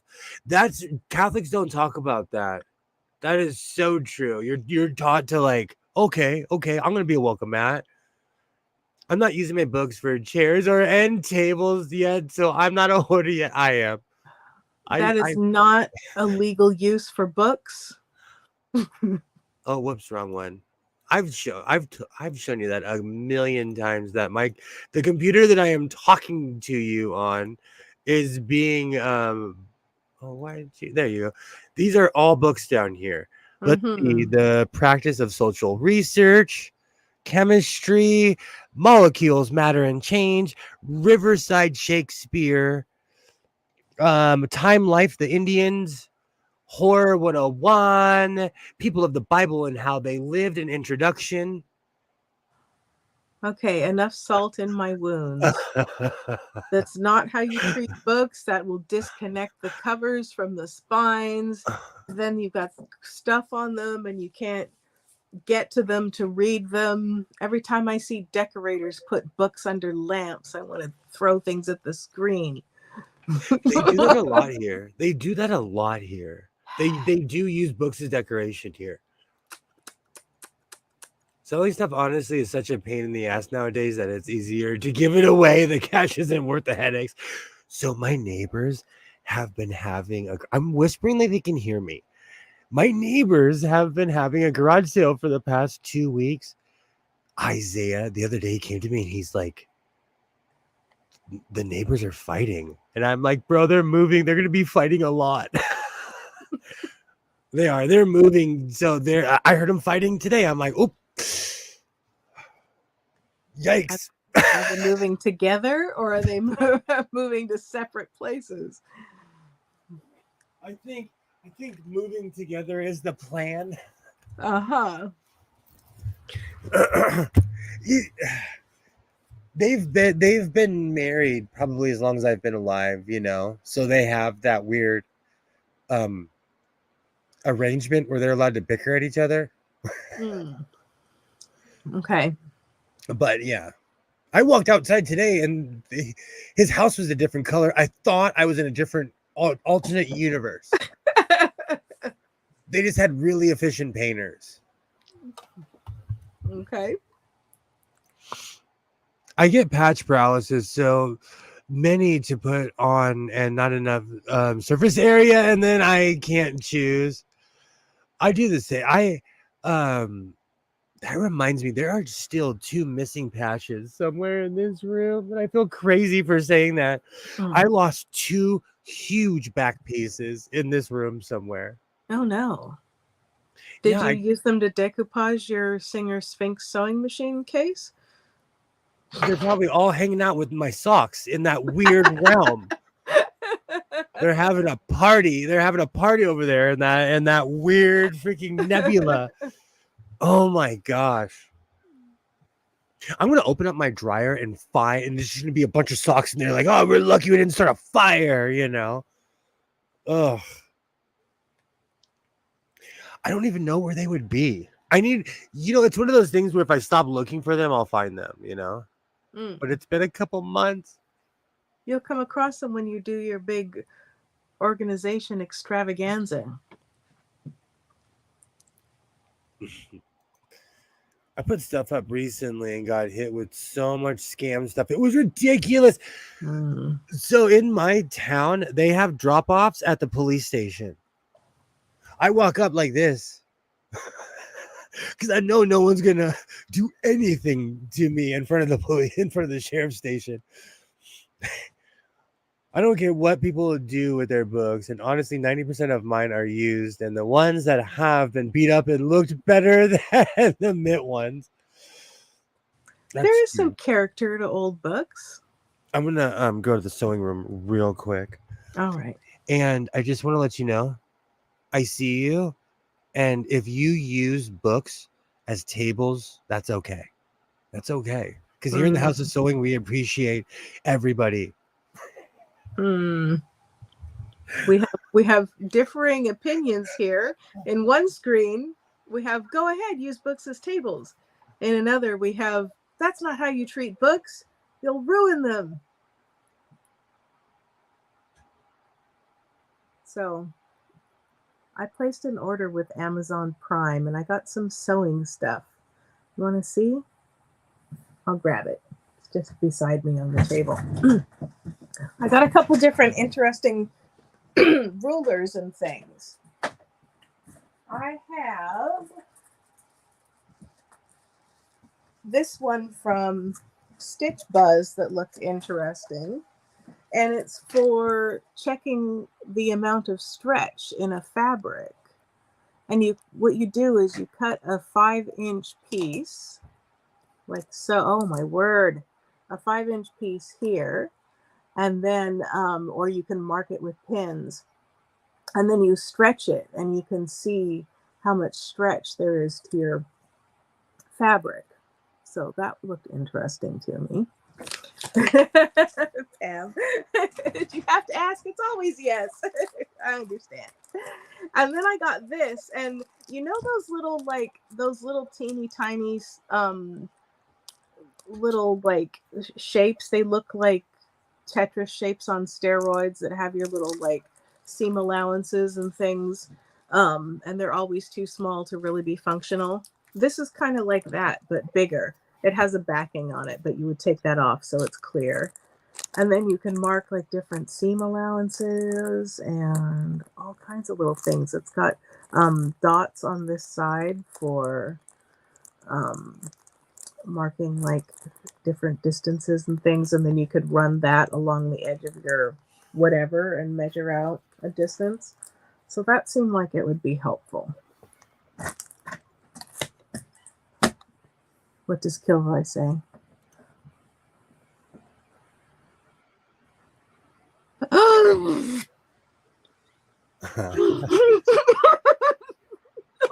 goodness! If it makes you feel any better, I have every book. Do you know what's really funny? I have every book Stephen King has ever put out because my mom keeps on buying me every one that he keeps on making. I have every book he's ever put out, and I have all the old ones in a container in storage, so they are protected. But the stand is actually right here because I loved that book. And when I was a kid, I read it and I felt so accomplished because I read the stand cover to cover. Jack up your desk. Oh, that gasp was completely real and involuntary. Next time there's a book closure in the hood, I'm gonna call you. There's a lot of library closures in LA. You would weep because they're selling whole libraries for like 50 cents. You know, the books 50 cents each, like whole libraries. I would weep at the closure, but I might come out with some deals. Yeah, exactly. I went to one that was like in the heart of LA, and the library looked like a Victorian building, and it kind of made me sad. Oh, wow. Because the library had been there since like the 1900s. Uh-huh. And it was just closing. You know what I'm saying? Like, it was sad. And what are they going to do with the building? Probably turn it into a Starbucks. No, in LA. It'll be a Starbucks in a week. I went excuse me, I went one time. There was a Starbucks in a bank. That just does not seem safe. And there were, like chairs and a fireplace. And I'm like, okay, so you go and you get your latte and then you case the joint for your heist. I mean, it was the strangest thing. I wouldn't want to hang out in a bank. I wouldn't feel comfortable hanging out in a bank. It was a very nice bank. Honestly, ever since I heard from somebody who donated to Goodwill at one of their major centers, they had books stacked floor to ceiling for hundreds of feet. That shifted my perspective on books. So true. Well, That's true. Just because Goodwill doesn't know what to do with them doesn't mean you should abuse them, Kilroy. There was a Stephen King book I remember I really liked, but I can't remember the name. If you ever do, Pam, I probably have it. What was the plot? I laughed because, like, for Christmas, my mom bought me, I believe it's called Elevators or something, and I'm like, you bought me a Stephen King book. She's like, you need to keep your collection pure. She knows I have she bought them for me as a kid. Back when, do you know what's so funny? I have to explain to my son what we did before the internet was invented. Oh. Because he looks at me and he's like, how do you know the name of this song? And I'll say, son, we used to listen to this thing called radio. Everybody of a certain age knows the words to these songs. Especially like when the 80s songs come on, he looks at me. He's like, how do you know the words of these songs? And I'm like, how does it feel? But everybody knows the word, and if you don't, you kind of know it. Like, it just makes me laugh. It makes me laugh. You didn't have a lot of no choices to hear other things, opportunities, I should say. We had no choice, but let's be real. Bowie rocks. Like, there's all that. Like, I'm not mad at my choices. You know what I'm saying? Like, I'm not mad at the choices we had. Like, I'm still to this day obsessed with the Doors, Led Zeppelin, Slayer. Like, I can name every rapper from 1989 to 1996. Because we didn't have the internet back then.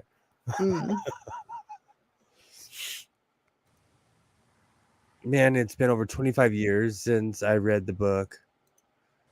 Oh, okay. It took me a second. There's quite a few that I have forgotten about because I was recently looking up a list to see if I had all the books, and I do. And I was like, oh yeah, I do have that book. Or they changed the cover because I have all the originals. Mm-hmm. But they'll reprint the cover something more modern or some, you know, especially like The Stand. They'll use the guy from the movie now. Mm. Where mine literally just says The Stand. Literally, that's all it says. It's just The Stand. And it's so old that I killed the jacket. Are you a purist about the jacket too? Hardcover or soft cover? Hardcover. I take the jacket off before I read it, Okay. so it stays nice. I'm that person. You would. I have a bookshelf. You would weep at my bookshelf. See, but it's different though because like I'm looking at my Star Trek books. They're or my Star Wars books. They're like let's see, is there one over there that's covered? They go through a war zone. They sit in my car. They like, you know, they go through a battle. Well, do you get book covers? I cover them myself. I'm looking to see if I have. I'm old school. I get a brown paper bag and Scotch tape. I'm old school. Well, I mean, it keeps it nice when you're reading it, and then you take it off when you're done. It's a good idea. Here we go. Here we go. Just because you're in the house of sewing, it's no fluff. I'm not kidding you. I'm not playing. Let's see. Is this the Swarm book? This is. This is the Constitution. Don't tell me how it ends. It's about a. I know it's a shocker. It's about a fleet of ships in outer space that are fighting off a swarm that comes to Earth every 20 years, but their technology advances every 20 years because they slowly start harvesting from the swarm. It's a good book. Great book. All right. But this is the third one, and I've read, and I have not finished this one yet. All right. But I'm not playing. I cover my books. Very sensible, no matter what Kilroy says. Well, also, like, these end up in my toolbox. They end up in my car. This book, it literally has dust on it. But this book is, I got this book when Isaiah was in the 5th or 6th grade. He's in the 9th grade now. It's taken you 4 years to read it? No, I purchased all 3, and then the pandemic hit. Oh. And I never finished it. Okay. I'm on page 69. Ironic, but I'm on page 69. But okay. I make really my mom, she gets, the church epistles or whatever. It's the church weekly newsletter at the end of church. Mm-hmm. I take all the dramatic pictures. I have multiple label makers and laminators, and I make bookmarks out of them. Oh yeah, I need a laminator. I have to go to FedEx if I want to laminate something. I go crazy laminating stuff. I have 2 of them. I make all kinds of bookmarks. See, I need a museum. I do. I just nothing but artwork in here. I have some leather book covers. Awesome. And I have a plan in my mind to make an adjustable one. How would that work? Well, I mean, they already make some adjustable ones for, like if your book is really thick or whatever. But the trouble is sometimes if the book cover is too tall for your book, then, it slides around. So you have to have several, as any responsible book owner would, for your different heights of books.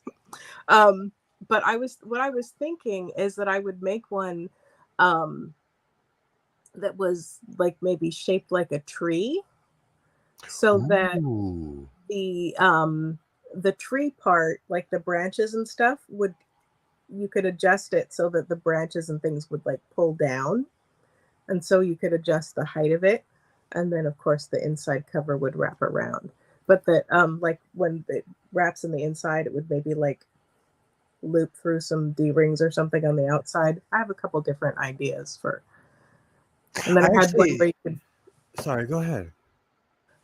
I had one where you could run some laces up the spine so you can tighten it, and then that would flip over to be a bookmark. I actually had one like that had a tie in the front, Mm-hmm. but it was more cloth than, well, it was more fake leather than anything else. Fake leather, Tui. That's not a bad idea. No, because I'll fall in love with a book, like especially these Star Trek books. They read like episodes, Mm-hmm. so I can't put them down. Like I read the Dark Mirror Star Trek. I'm looking at the book right now. I couldn't put it down because that's the one Dark Mirror they haven't made. It was Next Generation. So I have the Enterprise version in my head. I have the Deep Space Nine version in my head. I even have the Discovery version of the alternate universe in my head. But because of that book, I now have the Next Generation version of Picard with a beard wearing that weird skirt. And he's all buff, but he's wearing that weird skirt and he walks around and no one will say anything to him. And Owen Riker wears one too. And all the women are weirdly in charge, kind of. Okay. It's the alternate universe. Mm-hmm. But everyone's got a big beard. Oh, even Data has a beard. Huh. It's an alternate universe. Everyone has to have a beard. Did you see that movie on Netflix? It's called, you'd think that these movie titles wouldn't go out of my head the moment I start to talk about them. But it's a French movie, and it's this player kind of guy walks into a pole and gets knocked out, and he wakes up in an alternate universe where all the men are, kind of the same way we treat women nowadays. They run the house and they're thought of as being soft and all of that. No. And the women are the ones in charge. And Homeboys in Outer Space actually had an episode like that, and it was actually really insightful. Yeah, I like this movie. Although I have to say, watch it in French with subtitles, because I did not care for the voiceover for English. It was that bad, huh? I found it kind of painful. It lacked character. I'm not sure what went wrong in the production of it. I'm sure they were very fine actors, but it just didn't work out. I actually do that with certain movies. Like I've seen The Hunt for Red October over 150 times. I'll watch it in French. I've seen the Magnificent Seven. I'll watch it in French. I do that. I'm like, I've seen this movie 100 times. I need to learn a different language because I know what they're gonna say. I know every word they're gonna say. Especially The Hunt for Red October. I've seen that too many times. And so, have you learned French from this? Should we practice French? No, but if you ever want to watch Das Boot, I have that and M with Peter Lorre, both in German. Oh, goodness. All in German. And it has subtitles, but when you turn the subtitles off, it becomes a different movie. I saw that Jodie Foster, because she speaks fluent French, she does all her own dubs. Oh, wow. Yeah. I did not know that. I used to really be into like voice acting and stuff like that because I used to watch a lot of anime when I was younger. Mm-hmm. And there's a movie called Princess Mononoke. Yeah. Every single one of the English, all the people in English is like Jada Pinkett's in it, Billy Bob Thornton, Claire Danes. I mean, the list just goes on. And every single person, you're like, what's that? You can tell when it's Billy Bob Thornton. You can tell when it's Jada Pinkett. You can tell, like, it's actually really awesome movie. Yeah. With the Kudamas and the tree spirit. I'm not a spiritual person, but it's an amazing movie. I love that movie. I've actually never seen that one. That's one of my Portland movies that helped me when it was raining all the time. I'd watch that all. Yeah. I wasn't used to being trapped inside. Mm-hmm. Like even today, I woke up. I was walking around outside. I came home. I was in my side yard. I was outside. Mm-hmm. I don't even realize how much I go outside. Mm. And when I lived up north, all of a sudden you're always inside. Mm. You needed to get yourself a portico or a pergola or a, a gazebo or something so you could read outside in the rain. I used to take the bus back then. Some of the best places that I've read is on the bus. I've read so many books on the bus, it's not even funny. Matter of fact, I feel like I don't read as much just because I drive everywhere. Ah, yeah. And when my son was at actual school, I would read more because I would bring a book with me when I wait for him. As a matter of fact, the Constitution was my book. That was the book I would bring with me always. Okay. It's sat here since the beginning of the pandemic. I should finish it tonight. Yeah, dive in. That's one of the things, though, that the urbanists say, the benefits of having an extensive and used public transportation system. Instead of wasting your time sitting in traffic, you can do things like read or hand sew or crochet or whatever. I journaled I'm so emo. I journaled for over 15 years. People would always ask me, what are you writing? And I'm like, nothing, as I'm writing about them. This person just asked me.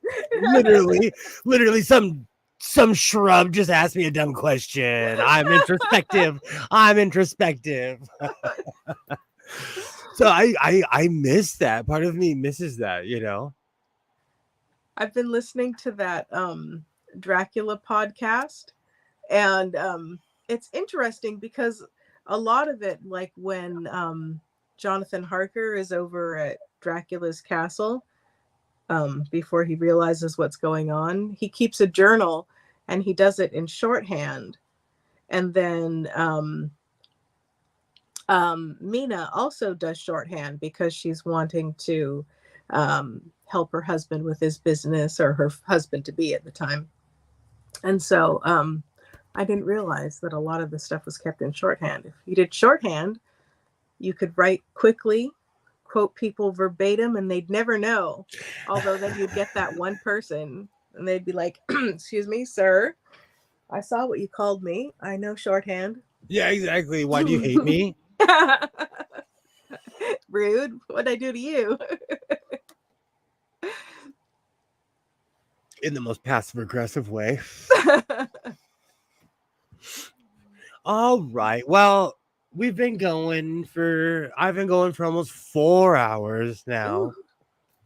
I think we should land the ship. I think we've floated around Earth enough. I'll be back. I will be back maybe tomorrow, but for sure I'll be back on Monday. I have everything out. I'm making a short right now about my cloak. I was trying to keep it all secretive, but you know me. Wow. When it comes to sewing, I can't keep my mouth shut. I want to thank everybody who's made it this far. Anyone who watches it and who is watching this in the future, I appreciate you. And if you've made it this far, you love me. If you watch this in the future and you've made it all the way to 4 hours, let's see if it works. Oh, come on. Hold on. Once more. Maybe you just need to give it time. I think you don't give it enough time. You're impatient. I am. It's going to come. There we go. It's for everybody. I hope everybody has a great night, and I thank you. No, sincerely. Mark, what happened to Mark really hit me hard, and I want to thank everybody because you guys have helped me through it just as much as I'm trying to help everyone else through it. So until next time, I'll be here. I want to thank everybody. You guys are awesome, especially Kilroy, Joy, Pam. Thank you so much. I'll be back at it on Monday. Same cat time, same cat channel. So, as always, reinforce your seams, be yourself, and I will definitely see you next time.